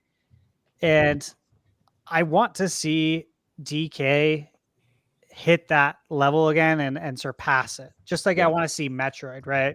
I want to see both of those are Metroid be one of those top tier big seller games, because it's a great game. It just doesn't sell great, unfortunately. And I want to see both of these succeed, because if they do, we're going to be able to get more games, more Metroid games, more DK games. So I do think there's a big future for DK. It's just a matter of what we're going to see. Is it going to be 2D or is it going to be 3D? Or is it going to be both? What are we going to see first? There's a lot of questions still, but I think there's a bright future for DK. Donkey Kong is really weird because it's like, as a IP, I would say it's like totally mainstream because everyone knows who Donkey Kong is, and like the character itself is almost I like almost in terms of just like people knowing about him on the level of Mario. So Yeah. like he is like a major IP for Nintendo, but it was like after the 64 era or the Super Nintendo era, and then you had DK64. It was like they basically just relegated him to like smaller spin-off games, and then they did bring him back with Yeah. DKC Returns, but then it was like every 5 years, and then we haven't really had anything since Yeah. Tropical Freeze, and obviously we've got this now, but it's been 10 years. re-release. So it's like I think all they really have to do is just like sit themselves down and actually make like marquee level Donkey Kong game, and not one that's like a spin-off or a B tier game or something like that. And like they'll no Donkey Konga slander here, all right? Donkey Konga is great. I mean, Tucker's got the bongos right there. I do. Yeah. So, yeah. Yeah, it's a good time. I got a soft spot for King of Swing, personally. But that's all they really have to do is like make a game that's like you can tell it's had some work put into it, and people pick it up because they know Donkey Kong. You don't have to worry about like, it's not like Metroid where it's a little more niche. Like people know who Donkey Kong is. Like he's already been accepted. So yeah. Here's another theory for the next system. Nintendo's starting to pop up their properties. They're starting to get like, obviously what we saw them do with Mario over the course of the last year after the success of the movie, just every kind of spin-off and possible release they could do. They're gonna do that for Zelda around the launch of the Zelda movie. I think Donkey Kong obviously is smaller than Mario and Zelda in terms of how many games you could possibly do, but I think that over the course of the next generation, we're going to start seeing more consistent releases from all these different series. And I think Donkey Kong and Metroid, and then maybe Pikmin. That's a maybe for me, but I think that those two are ones that are primed for it, because pun actually kind of intended, I guess, for Metroid. Yeah. Because there's so much you can do with those. And so I think that we will start seeing like biannual releases for each of these series, like 2D Donkey Kong next year, 3D Donkey Kong 2 years after that, Donkey Kong spinoff, sequel to the 2D Donkey Kong at the end of the generation. That's as many Donkey Kong games we've got in one system since the Super Nintendo. Metroid Prime next year, 2D Metroid the year after that, a remake of something else like Port, Samus Returns or something like that, new spinoff.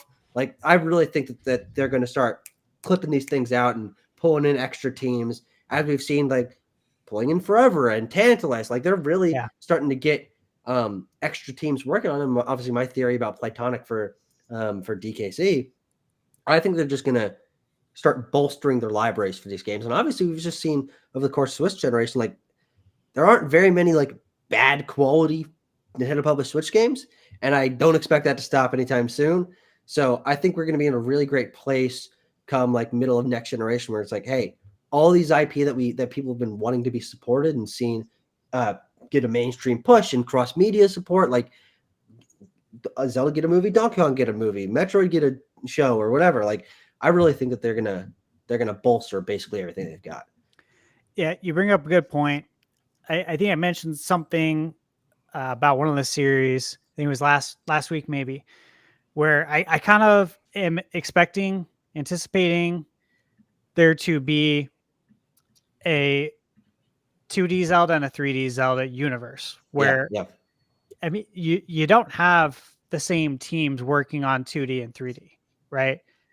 So what I'd like to see is we have both universes going forward, the top-down Zelda and the 3D. And I feel like we've seen this with Mario now as well. We have the 3D Mario and the 2D, or the Super Mario 3D World 2.5D, however you want to look at that one. Metroid, though, we're seeing that too. First-person Metroid, and we still have the Metroidvania style Metroid. So I would love to see that. Yeah, it seems like that's kind of Nintendo's plan. Yeah. And in turn, we get a lot more games. So yes, please do this with Donkey Kong, because I think we all want a 3D one, but we also love that Donkey Kong Country Returns formula. So yeah, I think there's a lot of opportunity there to get a lot of games out of these IPs. Metroid Kart. No. Come on, guys. Bring back Diddy Kong Racing. Oh yeah, dude, totally. Please. That's primed. Yes. Honestly, that's a game that's absolutely primed for a A remaster. remake. Absolutely. NSO. I can see Yeah, that. because they're running out. They've run out of Wii U games. They can still do some Wii games, but DS, 3DS, and DS, those are primed. Those are Yeah. primed for just digging into those weirdo back catalogs and like putting out 2 or 3 of those a year. Like, Right. it's coming. It's coming. Fair enough. Thank you to A14 for that question. We'll go to our last one of the day then, and this one is to Thunderstash from George or Jorge FT, one of the two. I don't know if I'm pronouncing that correctly, but this is Thunderstash. Have you watched Moon Channel's video on why Mother 3 may not come out to the West? If so, what do you think as you brought up the game last week? Okay. I have not watched the video, but I will definitely look it up after the podcast and I'll watch it. Mhm. I'll definitely watch it and see what this is all about. And unfortunate that they don't think it's going to come to the West. I'll just say that right off the bat.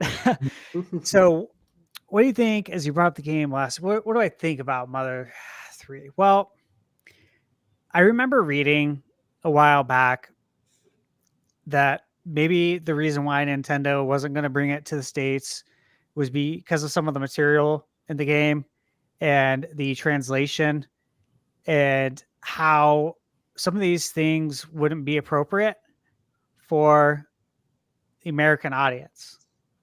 And that was years ago that I remember reading that. And as we know, Nintendo doesn't speak publicly often on anything that has to do with Earthbound or the Mother series. So I don't have more recent reasons as to why it hasn't come out yet. But then last week, yeah, I cited some reasons as to why maybe you look back at it, because there's other companies making games that are inspired by Earthbound, inspired by the Mother series. Yeah. So there's people out there that are saying, hey, I love what you did so much with this game that I'm spending all this money, time, and effort with my development studio to create a game that's similar in that vein or that's spiritual in that way. And it's like, this is your game, guys. Like, you created Earthbound and Mother. We got to do something with it.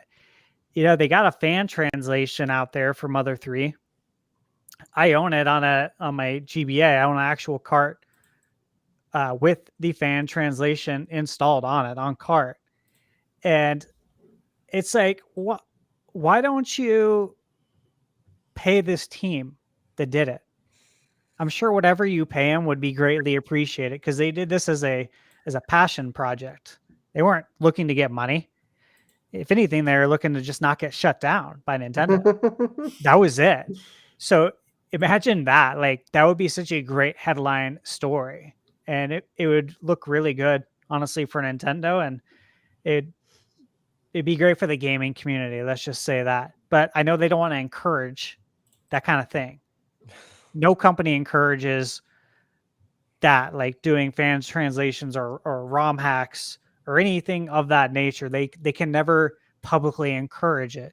So then I got to ask, well, why don't you translate it? And I just keep coming back to the same thing, that it must be something with the source material that would be hard to change. Therefore, you can't change the translation. That's for Mother 3. I don't know. What I'd love to see, I'd love to see Earthbound remade in HD 2D. I think it's very possible.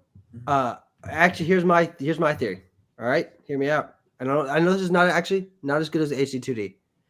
Arte Piazza, they made the Super Mario RPG remake, 3D remake in that style of Earthbound. I'd say that comes in the next 4 years. I think that would be perfect, honestly.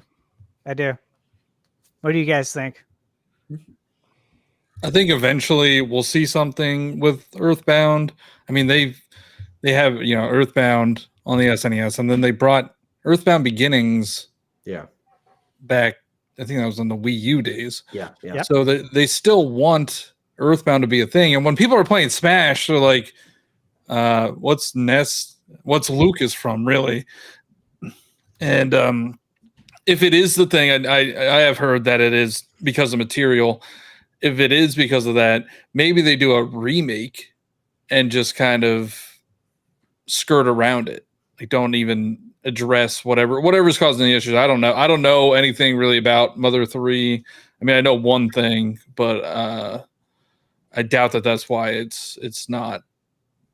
They're not bringing it over, and it's weird. They do kind of mention it. They mentioned it in E3 the one year, like Reggie Mm-hmm. in the Robot Chicken skit. Like some guy is like, when we get Mother 3, and he's like, stop asking me that, and then he like throws a fireball at him. So it's on their mind. It's on their mind. I just don't know if it's gonna ever come to fruition.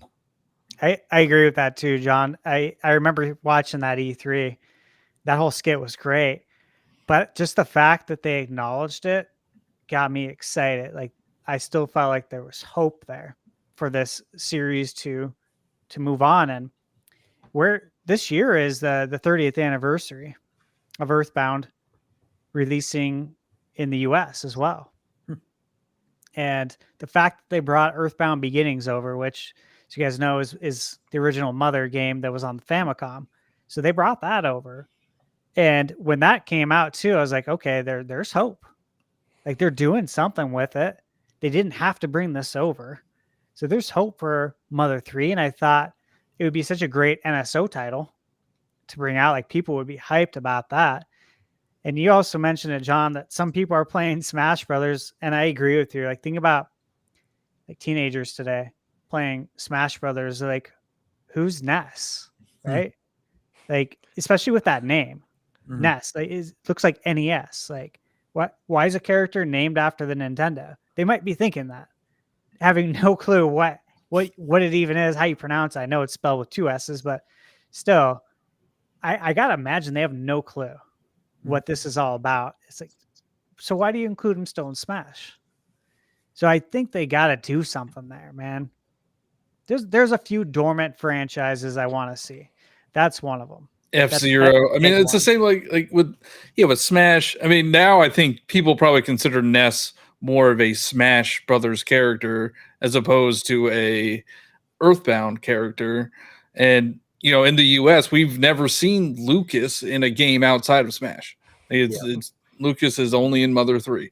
So yeah, I feel the same way with Captain Falcon. Like, not a lot of people know not a lot of people played F-Zero. Like, now I know we have F-Zero 99, but like before that, they didn't care about F-Zero. They like Captain Falcon because he's in Smash. Yep. So yeah, there's that. So we need F-Zero, we need Kid Icarus, we need Star Fox, we need Punch Out. I would love a Pilot Wings. That would be great. Yeah. I love the soundtrack on Pilot Wings 64. That was great. And you know what? While we're at it, give us a wave race, please. I love wave race. 1080 snowboarding, put that in there. 1080, yeah, that one too. Classic. Yeah, they don't make. It seems like Nintendo doesn't make racing games anymore outside of Mario Kart. Yeah. There's nothing else that they do. Hey, while we're at it, Excitebots. I love Excitebots. Excitebots. You're showing your age on that one, because that's I played it last year. a Wii I played game. it last year first time. And but a lot of Wii nostalgia going on. I bet you think Mario Kart Wii is the best Mario Kart too. Not at all. Actually, I barely have any nostalgia for the Wii. Like, I think Galaxy's okay. I think it's a good game. I haven't played Twilight Princess. Oh my god. Well, maybe one day we'll get a port. That's what they got to drop as like a launch year title for Switch 2. That's their ace. And it really definitely would fit, because my assumption was 2D Zelda next year. 2D Zelda is this year. Hey, there we go. What are you going to do for Zelda next year? Hey, and also those can be Switch 1 games, backwards compatible. Doesn't matter. Still supporting Switch 1. Hey, I agree. Definitely. I'd love to see that. I still haven't given up hope on the Twilight Princess Wind Waker. HD. I mean, I can see that being a launch. Yeah. Because I don't think we're gonna have a Zelda game at launch. No, God, no. A new one. Well, there's no way we get a new one. Absolutely. But they could put Twilight Princess Wind Waker at launch. Not at launch. That's the whole thing. They've sort of been holding out and manufacturing the hype. So Yeah. when it does drop, it's like we're getting a whole new game, even though we're getting these remakes of. It's basically like the third release of this game, but it's like we're getting a new game because they just like have built up this hype. So Yeah. I think it's coming still. I gotta think it's probably coming to Switch 2 now, or maybe at least it's coming to both and it's optimized on Switch 2. Something. I just don't think. I think there's truth to this somewhere. Yeah. Holding out. I mean, you would think that they would want pretty much all of their Zelda games accessible on these systems. There's not many Zelda games that are not on the Switch now. No, it's here's an interesting idea though. Could we see them pull a Luigi's Mansion 2 with Ocarina of Time and Majora's Mask 3D and bring Please. Oh, that's definitely. I think that's That- definitely possible. that Absolutely. would be next level. How much money are we spending on these things? Like, am I gonna have to spend $60 per? Like, they just showed that Donkey Kong Country Returns HD is $60. All of us Like- $60, buddy. Don't. Of course it's gonna be. If it's, I mean, especially if it's like Zelda or something. Yeah, there's no way. Both of them $60. Like, if we get Ocarina of Time and Majora's Mask both $60 a pop. I got bad news. No John. bundle. All 4 of them are gonna be $60. Oh my god! And I'll still buy them, but it's not like Mhm. I won't be happy about it. Still holding out hope for a full remake. Of Ocarina? That's Yeah. possible. That It would is the be- highest rated game of all time, and it would be a great game to release a full remake of. In the vein, I talked in the chat last week with Jay about this, but remake it in the vein of how they've went about Final Fantasy VII remake, where you're not taking away, you're adding tons to it. Mhm. And I would That'd be love a lot of work. it would, but Do a 3-part game. How about I that? would- Oh, I I think it'd be great with the movie, the Zelda movie. I was Yeah. In a recent- better way. I was recently talking with a Yeah. friend, and this is like a totally pipe dream level thing, so I don't expect this to ever happen. But I mentioned to them that it would be amazing if because we've had a lot of talk about a Sheik game, and there was even going to be a Sheik game at one point. Yeah. And so I kind of brought up the idea of like, what if they made this remake of Ocarina of Time, but then like they added like a portion in between, like once you get to the Temple of Time, you pull out the Master Sword, and they add this new section to the game that's sure. like Yeah. what Sheik did, and then Yeah. once you beat that, you go to the adult Link side, just Mhm. as like a icing on the cake type. Kind of like thing. a zero mission section. Kind of like Yeah. just like an additive. Continue the story a little bit. Yeah, I like that. That's a right, great and idea. then they don't have to like change the actual game itself, and we also get that Sheik game, which we know they've had interest Yeah. in doing. So Yeah. Mhm. And the interesting thing is, I think that the Zelda movie is probably 2027, and so that's a very possible development timeline for that kind of remake game. 4 years, but actually, I guess you could probably say that it could have started in like late 2022 because we know they were just doing polishing work on Tears of the Kingdom for like the last year of that game's development. So what were most of the developers working on? Maybe they started that early, and so that's 4 or 5 years of development. That's very possible for that game, or for whatever the next 3D Zelda game is. I think that 2027 is pretty possible. I think so too. I'm excited at the idea of it because that game's special to, I would say, all of us. I'm sure we all have our own stories with that game, and again, it is still the highest rated game of all time. And if you remake it and you just add stuff to it, everyone's gonna love that because who doesn't want more of it? Like if they said, you know what, hey, the original game had this many dungeons, but we decided to put 4 more Well- dungeons in the game, I'd be like, okay, you Well, we twisted know- my arm. we know they took out like an ice dungeon because that's what they made Yeah. into the whole mini dungeon with the water temple or whatever. So there's stuff there that they didn't use. So Maybe that's why it's taking so long for Wind Waker to come out. They're actually going to release that dungeon that they had in there. yeah, That would the be so extra cool. too. It's insane because like when you dig into like the developer commentary about Wind Waker, you realize that it's actually a pretty incomplete game because they rushed it. But it does not feel that way at all when you play it. Really, like it feels like a complete game, which is crazy. Yeah, that is very interesting.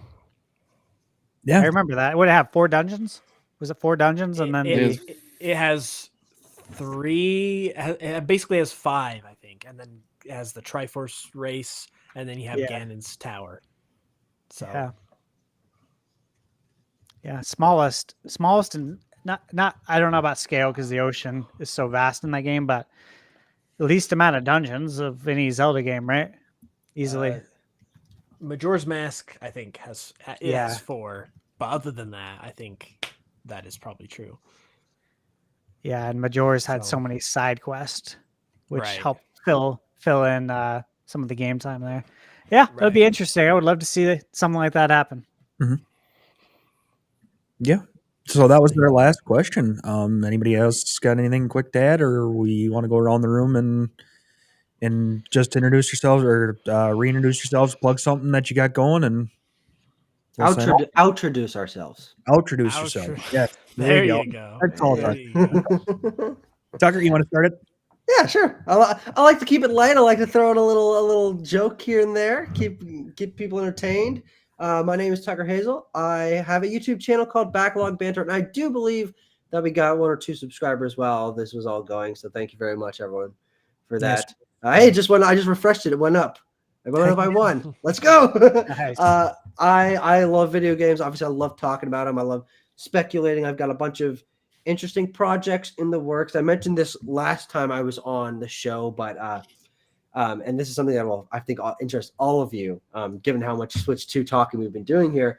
My co-host Abram and I have been prepping a video where we predict every single Nintendo published game for Switch 2.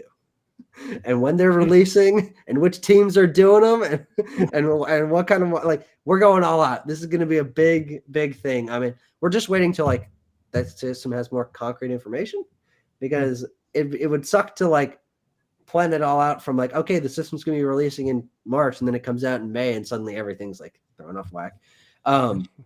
But I love talking about video games, and if you like my sense of humor today, if you like the passion and knowledge I've been bringing to some of these conversations, we got a whole hell of a lot of videos you can go and watch, and we're also making a whole hell of a lot of videos. So I really hope that you come say hi, leave a comment on that and on any video that you watch. If you did come from here and say, hey, I saw you on the Nintenbyte podcast, and a lot of fun. So thank you very much. Thank you very much, everyone, for having me here and for listening to me talk about a bunch of nonsense games that I've never heard of. Hey, yeah. Thank you. Oops, you want to go? Yeah, sure. So I've been here a few times before, but if anyone still doesn't know me, and Hoops and Hip Hop, I have a YouTube channel where I talk about Pokemon stuff specifically. So if you're into Pokemon at all, definitely check me out. I do a lot of fun stuff there. Talk about just about basically everything. I got a lot of big projects, and with Legends ZA coming out, it's going to be a fun time. So yeah, Dude, I can't wait. I can't wait. Perfect. Yeah. John? Yeah, I'm Johnny Bo everywhere. Twitter, Twitch, Instagram, YouTube, TikTok. I have 2 podcasts. I'm on the Communication Air Podcast and Nintendo Powercast. I mentioned at the top of the show that I lost a bet, and the bet was I didn't think that there was going to be any new Nintendo released games this year. What? So I lost that bet. That was an absolutely ridiculous bet to make. No, it was a good idea at the time. All right. We only knew about remakes and remasters. There was a caveat. I had Metroid Prime as a caveat. I even lost that part of it. So as soon as the direct opened, I'm like, oh, I lose. Game over. I was watching that trailer. I'm like, 100%. This has to be a remake, right? This is a remake of Mario and Luigi. This is not a new Mario and Luigi game. Alpha Dream's dead. Like, there's no way this is a new game. And then they showed it's a new game. Oh my god. Yeah, so I will be. I ordered the one chip. We'll be doing that. Oh my god.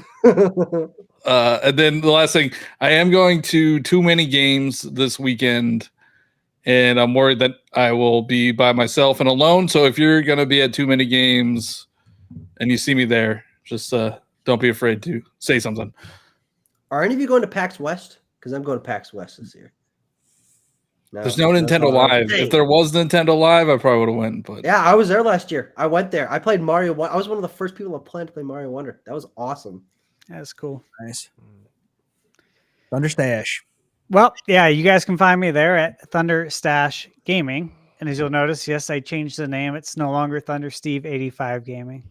I rebranded it. It's Thunder Stash Gaming. Everything's changed. Everything's updated. So yeah, please go check out my channel. Check out some videos, subscribe. I just posted, was it this morning? I revisited a game from 1989, true classic in my eyes. The game is DuckTales for regular Nintendo. Yeah. Speaking of Shovel Knight, I know, right? There's some inspiration there, but there's a twist on this. I played DuckTales on Super Nintendo. It is a unofficial Super Nintendo port. There's more information in the video. I put a link in the description on where you can find it, because the guy who did this has ported other games from NES to Super, and it uses the MSU1 chip. If you guys are familiar with that, there was supposed to be a CD add-on for Super Nintendo. This is prior to their discussions with Sony back in the day when they were going to make a console together, which was prior to the PlayStation. There was going to be a CD add-on for Super Nintendo that added CD sound quality. This is back when like CDs were very extremely popular, right? And so there's a ton of Super Nintendo games that have come out with CD quality soundtrack, and it's pretty wild. Like you got to see it, you got to hear it. It's extremely impressive. So look into that. It's very cool. And the next game I think I'm going to play is Mike Tyson's Punch Out, because they ported that to Super Nintendo. Cool. And it looks really cool. So I'm interested to see that. But again, like you can play A Link to the Past on Super Nintendo with a fully orchestrated soundtrack. It's pretty amazing. Cool. So yeah, check out this DuckTales video. The intro is really cool on it too. They even have the cartoon intro built into the game, like the FMV. Nice. So That's fun.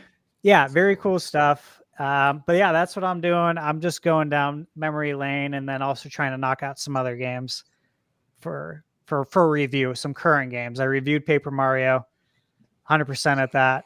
That took 55 hours, so I need some smaller games like these ones. So that's what I'm up to.